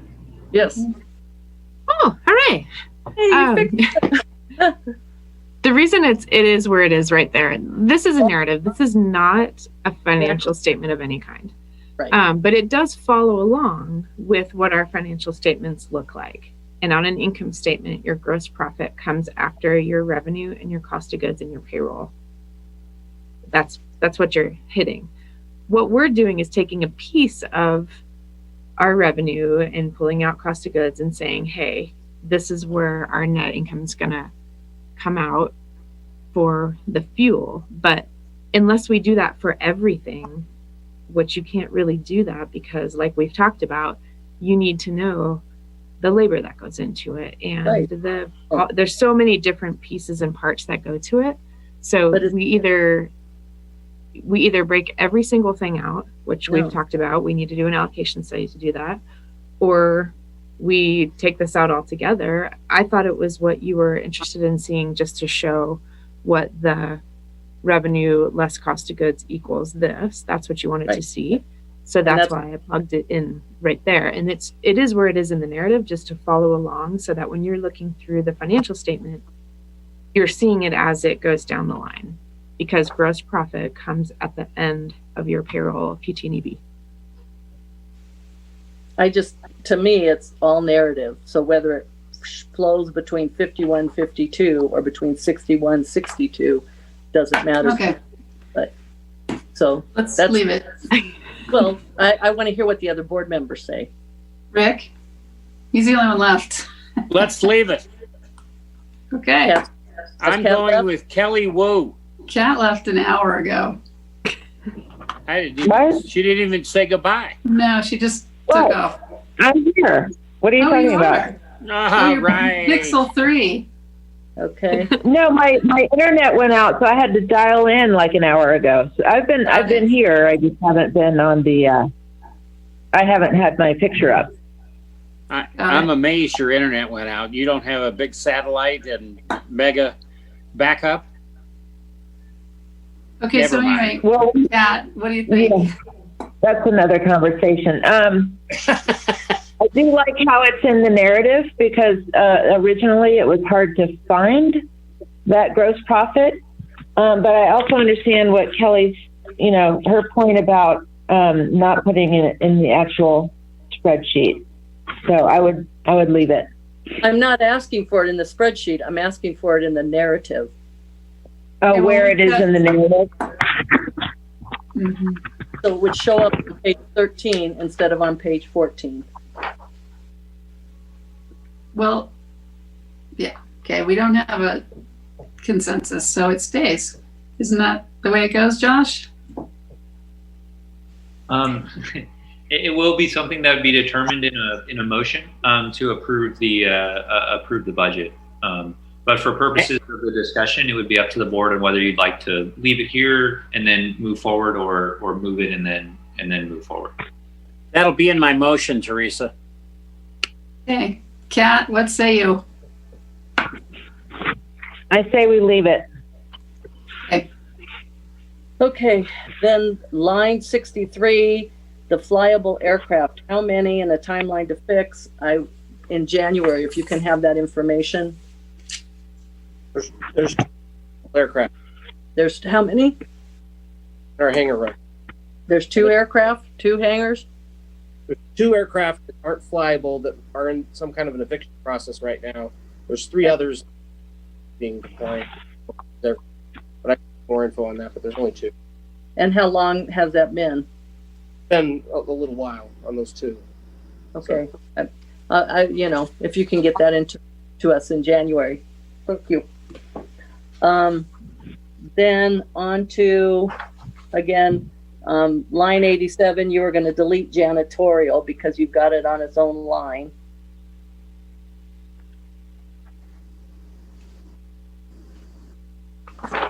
Oh, sorry, I just didn't remove the word. No worries. And that's it. But I wanted the other board members to be aware of what Kat and I had been doing in terms of going through it, and I think there was value in it. I don't know that things that weren't the same numbers in one place as another. And I think you did a great job. When I read the narrative, it was really informative. Do you want to hear the highlights of what got changed just from the last version to now, or you've read through that? It was in the narrative. Mm-hmm. In the staff report, but yeah. Right. Okay. The add on that we did go ahead and put an allocation study in the budget, at least from a staff perspective. We very much support that. If there's a lot of board interest in understanding this allocation thing that keeps coming up, let's just do it. Let's get it done and see what it shows. And so the money's in there. We'll bring a proposal forward, and then you can decide whether or not you want to do it. And just because I don't want to get into the whole discussion, you have $200,000 for a master plan update. In January, I will be asking that we go through a whole full master plan. So that would be a change to the budget at that time, but that would change too much now. We could do that in January. Have that covered. I've been doing a lot of Okay. Any other board member comments or questions? No. I move we approve the budget as written and the narrative as written. Can I ask for public comment before we get into that? Sure. No public comment. No public comment. Okay, I'll second Rick's motion.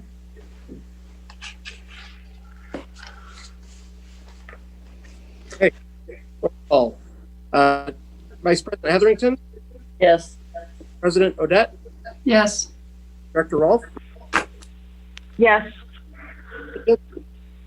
Yes. Wallace is absent. Did I say yes for her?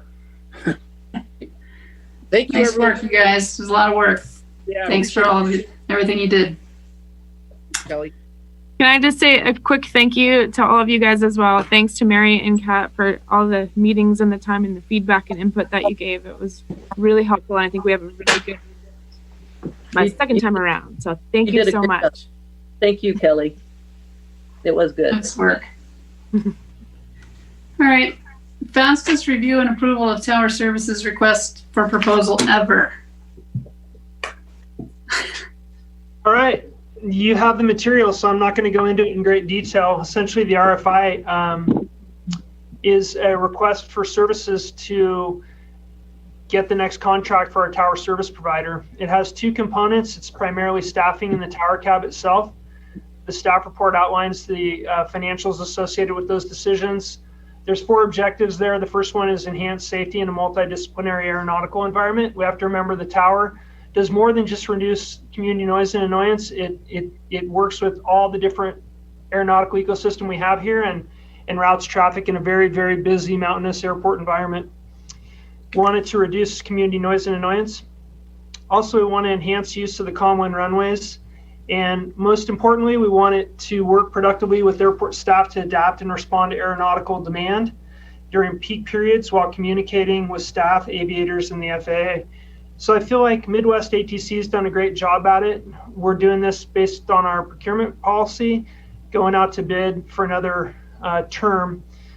We're starting quite early because there's some serious technicality associated with this contract related to the tower display technology. And you'll see the add-in bid items for those types of technology at the end of the contract. So we want to get started early, summarize all of these responses, and bring it back to the board for a decision in March or April.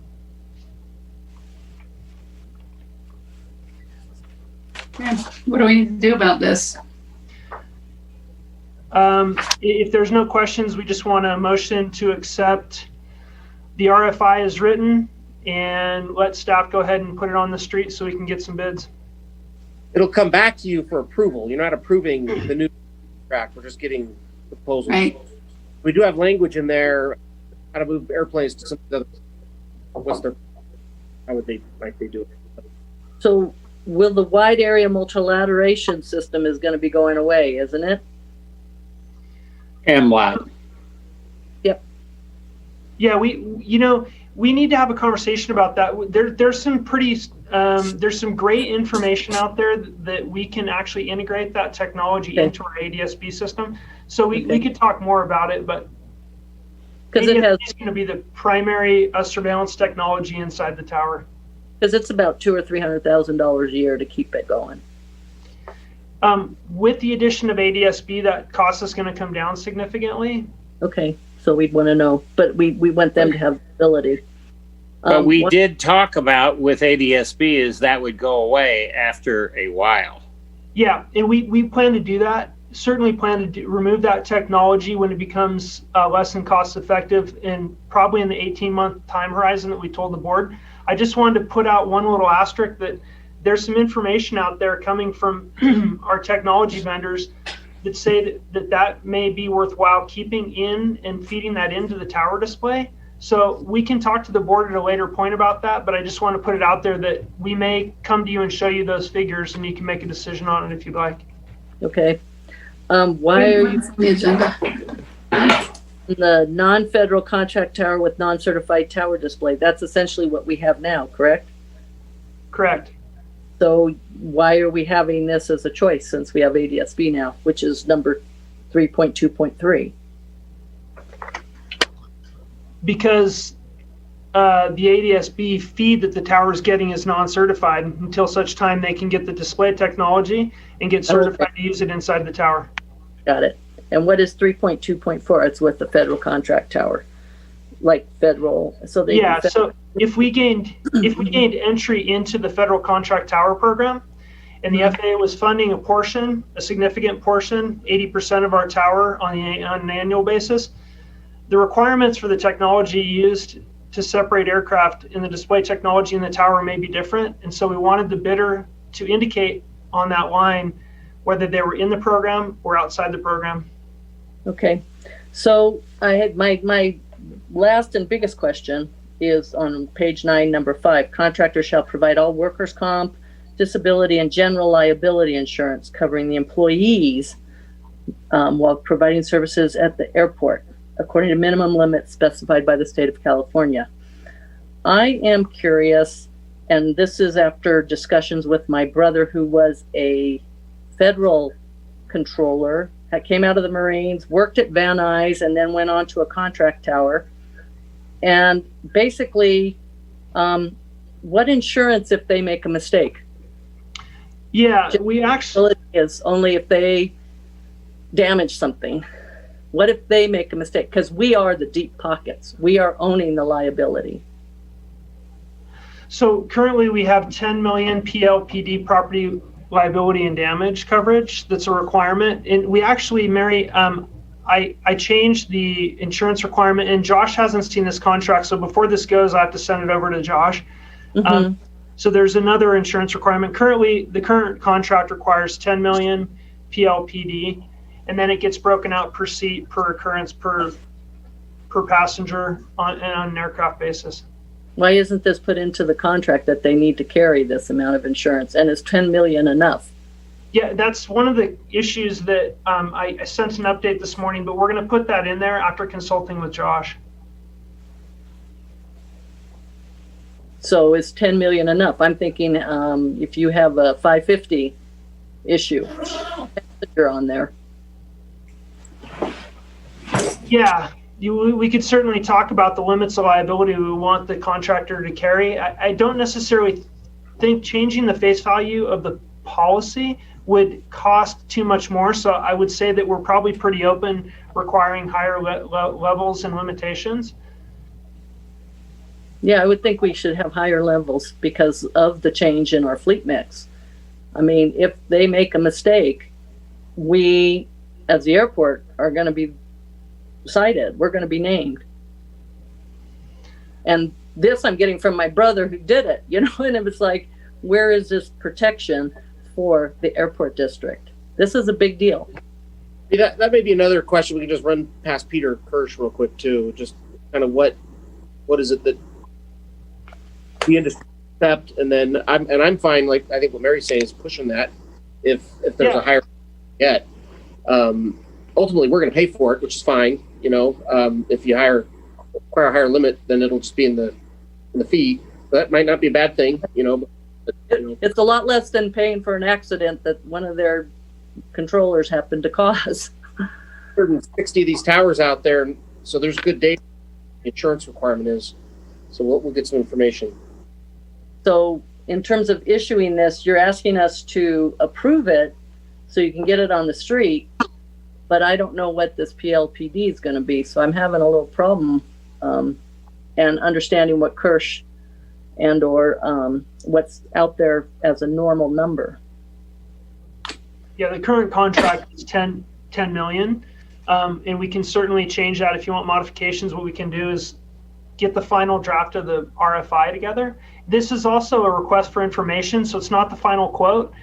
If you read it, it talks about doing a negotiated final procurement process with the best value acquisition, a combination of past performance, experience, and price. So really what we're asking for is generalized information about the business climate associated with this type of procurement. We're just trying to figure out who the bidders are, what's their general requirement, can they meet our technical requirements for display technology inside the tower, and what the rough cost is. And then we wanted to we would talk to them about a higher level of clarification. We're happy to delay that process, Mary, if you want to see the final RFI, request for information. It's not a quote and it's not a proposal. But we can certainly get that to Josh. And one alternative too, Hardy, I defer to you, of course, is if you'd like, we can do it in the alternative as well, Director Hetherington, where we could leave it at the current 10. We have a little discussion with special counsel and other folks to see what's reasonable in the area. We put that amount in the RFI, and then that way we are able to see a differential just to make it not. I like that, Josh, where you have two numbers. Yeah. And the number that I would put in is the alternate without consent, talking to Kirsch, is 50 million. Yeah. Heck, I have 10 million in liability. Yeah. It's not very much. Okay, good. Got what you need, Marty? Yeah, so I think what I hear is we're gonna have the RFI, complete the insurance work, complete a draft, and then put the bid alternative into the RFI, send a copy to the board, and send it out to the bidders. Is that what I understand? Works for me. It's an action item, so we need a motion. And so you're going to talk to Kurt and and some other operators, find out what is a common coverage amount. I move we take this out to, is this request for information with two levels of liability, one at 10 million as it's written now, and a different number based on talking to Kirsch, much bigger than 10. Okay, thank you. I'll second it. Public comment before we vote? No public comment. Okay. Vice President Simpson? Yes. Bet? Yes. Oh. Yes. Stevens? Yes. And Director Wallace is absent. Thank you. Thank you. Thank you. Aviation and Community Services Department project updates fast as ever. Okay, there's two items on this. One of them is the ADSB update. ADSB is getting turned on. The FAA promised me that tomorrow morning there would be data flowing from our ADSB radio sites into the glass that control aircraft at Oakland Center. So that's supposed to be happening tomorrow. I will confirm that. The other element associated there on that report is a little discussion I had about the federal contract tower application. We started that about 18 months ago. We've submitted it twice. It's been denied twice. We're going to stick with it. I just want to let the board know that we're looking for some alternative funding methods for the tower through the federal contract tower program, and we're going to keep pursuing that until we get in or we find congressional support for the initiatives we have here at the airport. So we're just going to keep working on it. I just wanted to update everybody. If you have any questions about that initiative, please come see me. Talking really fast. I appreciate it. Any board member comments or questions? Any public comment or questions? No public comment. Okay, this is not an action item, right? We can move on. On discussion only. Okay, you're up, Kevin. All right, so because it's late, I am not going to go through each item. I'll rephrase a couple of quick issues. I think there's there's consensus and agreement on hangar posting. I just wanted you all to have those hangar postings because going in all 230 hangars, and you may get a question on it as a board member, and we'll use the language in there for basically the $145,000 number of foregone revenue. So if everyone's okay with that, we'll move forward with that. And putting the emergency landing maps in there as well. Post those at the same time. We'll put emergency landing maps in all the great. Alder Hill Tower, just real quick, we're going to bring you an agreement in January, and essentially we're going to convey an easement to American Towers in return for them allowing us to attach equipment to their tower, meaning if we ever decide to decommission the Alder Hill Beacon, we don't need it anymore. Oh. Now, do you want appraisals? I think the appraisal will cost more than what we'll actually get in revenue. I think it's a pretty good trade. They're also joining the Alder Hill HOA, which should reduce our costs as a lot owner up there. But that's kind of the trade. We give them an easement through the ground on an already public easement that's already there for American Towers. We get to attach stuff to their tower as part of that agreement. Is everyone okay with that? Yes. Definitely. And the facility maintenance plan said our tower had issues, so this would be good. They'd be able to decommission it, although there are 5 public safety agencies on that tower that it's going to have to work through that, but I may be able to give it to them. So you take that tower and you own it. Okay. And then I hopefully the admin building parking lot expansion, that little summary helps you understand. I had a few of you ask questions on invoices that continue to come through on those projects. I can answer any of those if you want. Hopefully the GM performance review is pretty clear. You'll get some information on that by the 18th of December. You'll have my self-evaluation, then Trackstar will take you through the process. We do my evaluation on the, I guess the 25th of January. I put the OBL warehouse lease tracking list in. Mary, you wanted to talk a little bit about that? One question. But yeah, that spreadsheet. Yeah, I thought it was very helpful. I would like you to add, oh shoot, the square footage. I would like to see how many square footage these people are getting, as part of these contracts. And special conditions, I guess you have that in notes. And this is where I noticed that, for Sierra Aero, which is also Mountain Lion, which is also Sierra Skyport, that $10,000 of tenant improvements, that we signed a 10-year contract for $41,000 yearly lease, $3,400 a month. That's one annual costs that. That's a pretty good deal. Well, it's market rate. We did an appraisal and went through that whole process, and that is what the market appraisal showed. Just so you're aware, the Sierra Air lease started in 2017. They have 18 they need to put into the building by the end of 2021. And they have 10,000 more. We're going to be meeting with them early this year or in 2021 to find out how they want to finish that. If they don't do that work by August of 2021, it's a 4-year lease. And so they're still meeting. It's over if they don't do the work by August 31, 2021. I think they're in technical fault because the lease says they need to do it in the first 3 years, and they haven't. And they've done 8,000, they have another 10 to do, or 10 and they got another 8 to do, or something like that. it also, this spreadsheet doesn't talk about options. These people have a 5-year option. So I'd like to see options on it. Add options. And one of the reasons why they didn't do the work is because the earlier part of this year, we were tearing apart that hangar. So they wanted to get that done, and then they've got plans. We're going to figure out what it is that they're going to do in there. And just I've heard it come up a couple of times. The improvements we're doing to those buildings aren't for Sierra Aero. It's for the airport for the next 50 years. So the work that we've done is we're buying a lot of time. We're not trying to recover these costs over a 15-year lease. It's over a period of time.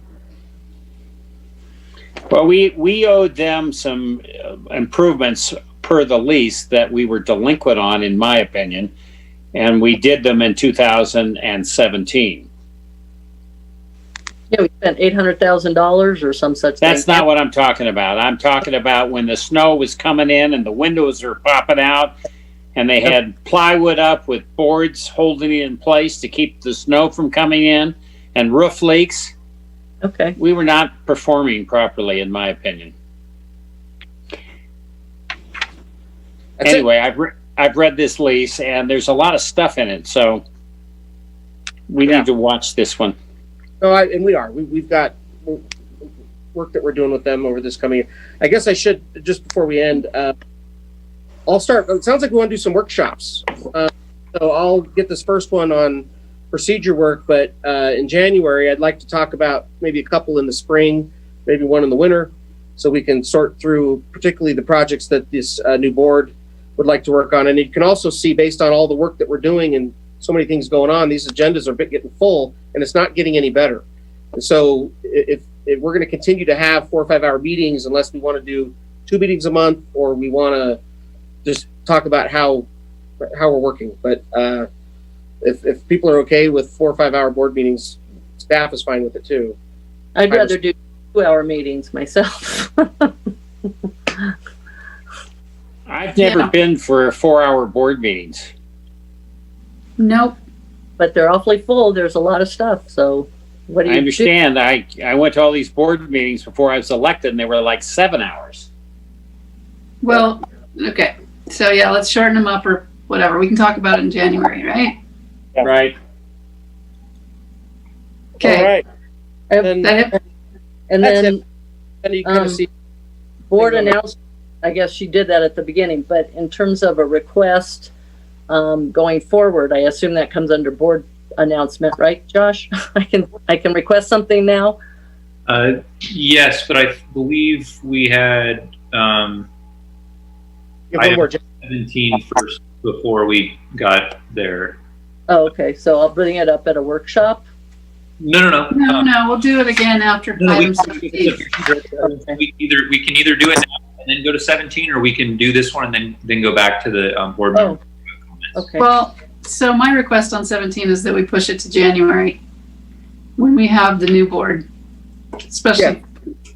So to do that, you need to appoint a mayor pro tem. It could be the same people, but you just motion to. I move we appoint Teresa Odette as interim president until we elect her president, and Mary Hetherington as vice president until we elect her vice president. So my motion is Teresa and Mary in their current positions until we do an actual election after the new board is there. That's my motion. I would second that. Quick roll call. Comment? Sorry. Yeah, public comment. Perfect. Any public comment? No public comment. No public comment. Okay. Vice President Hetherington. Yes. Odette. Yes. Director Rolfe. Yes. Did he call my name? Yes. I never hear him call my name. I didn't hear him call your name. Awesome. So yeah, let's do board member announcements. You had a request there? I probably should have made it during the budget time, but I pulled out the rates fees, the master fee schedule, and many of the rates are the same as they were in March 1 of 2017. And I would suggest that we as a board, or in conjunction with Kevin, or somehow in a workshop, but that rates haven't changed in 4 years, 3.5 to 4 years on many things. I think and some of that could fall out from the allocation study, but I also think it's kind of I can't buy a gallon of milk for the same thing I bought it for in 2017. It's transient use fees, it's aircraft towing. That's what brought my attention, was the towing, because we're buying this new tug, and yet it seems that we're not. Kevin and I have ongoing discussions in terms of if we're covering our costs on that. So I would say, Jeff, that's when I saw that it was 4 years. Some of the stuff is 4 years old, same pricing. Kevin, your mic is dead. We can't hear you.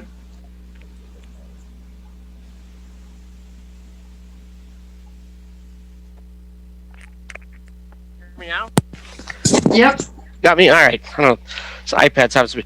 So some of the fees are the same, but a lot of our fees do change, and they do change regularly. All of our hangar fees, which are in the master fee schedule, have changed.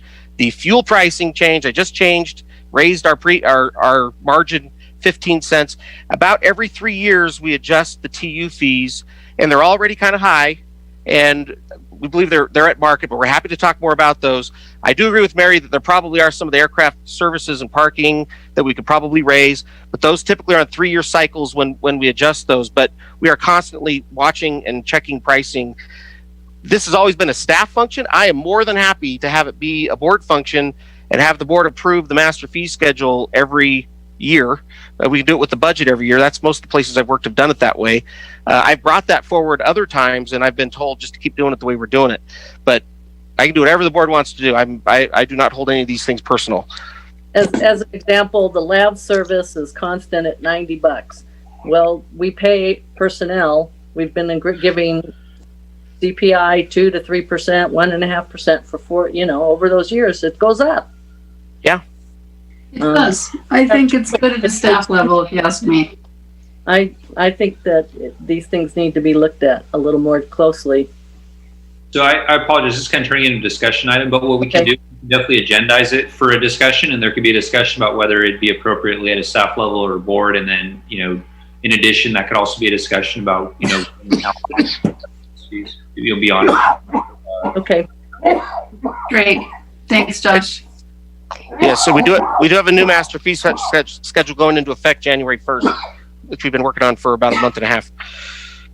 That has lots of changes. Okay. No COVID. I just drank some water and choked on it. Yeah. I'll put myself on mute if I go. All good. I think we're done. I'll make a motion to. Aren't we? Yeah. Adjourn. That's all I have. Make a motion to adjourn. Second. All right. Do you need public comment on that? I don't know. No, we're good. Vice President Hetherington. Yes. President Odette. Yes. Director Rolfe. Yes. Director Stevens. Yes. Yay! Happy Good night. holidays, Yay, everyone. thanks Great all. meeting. We got a lot done. Thank you all. We'll see ya.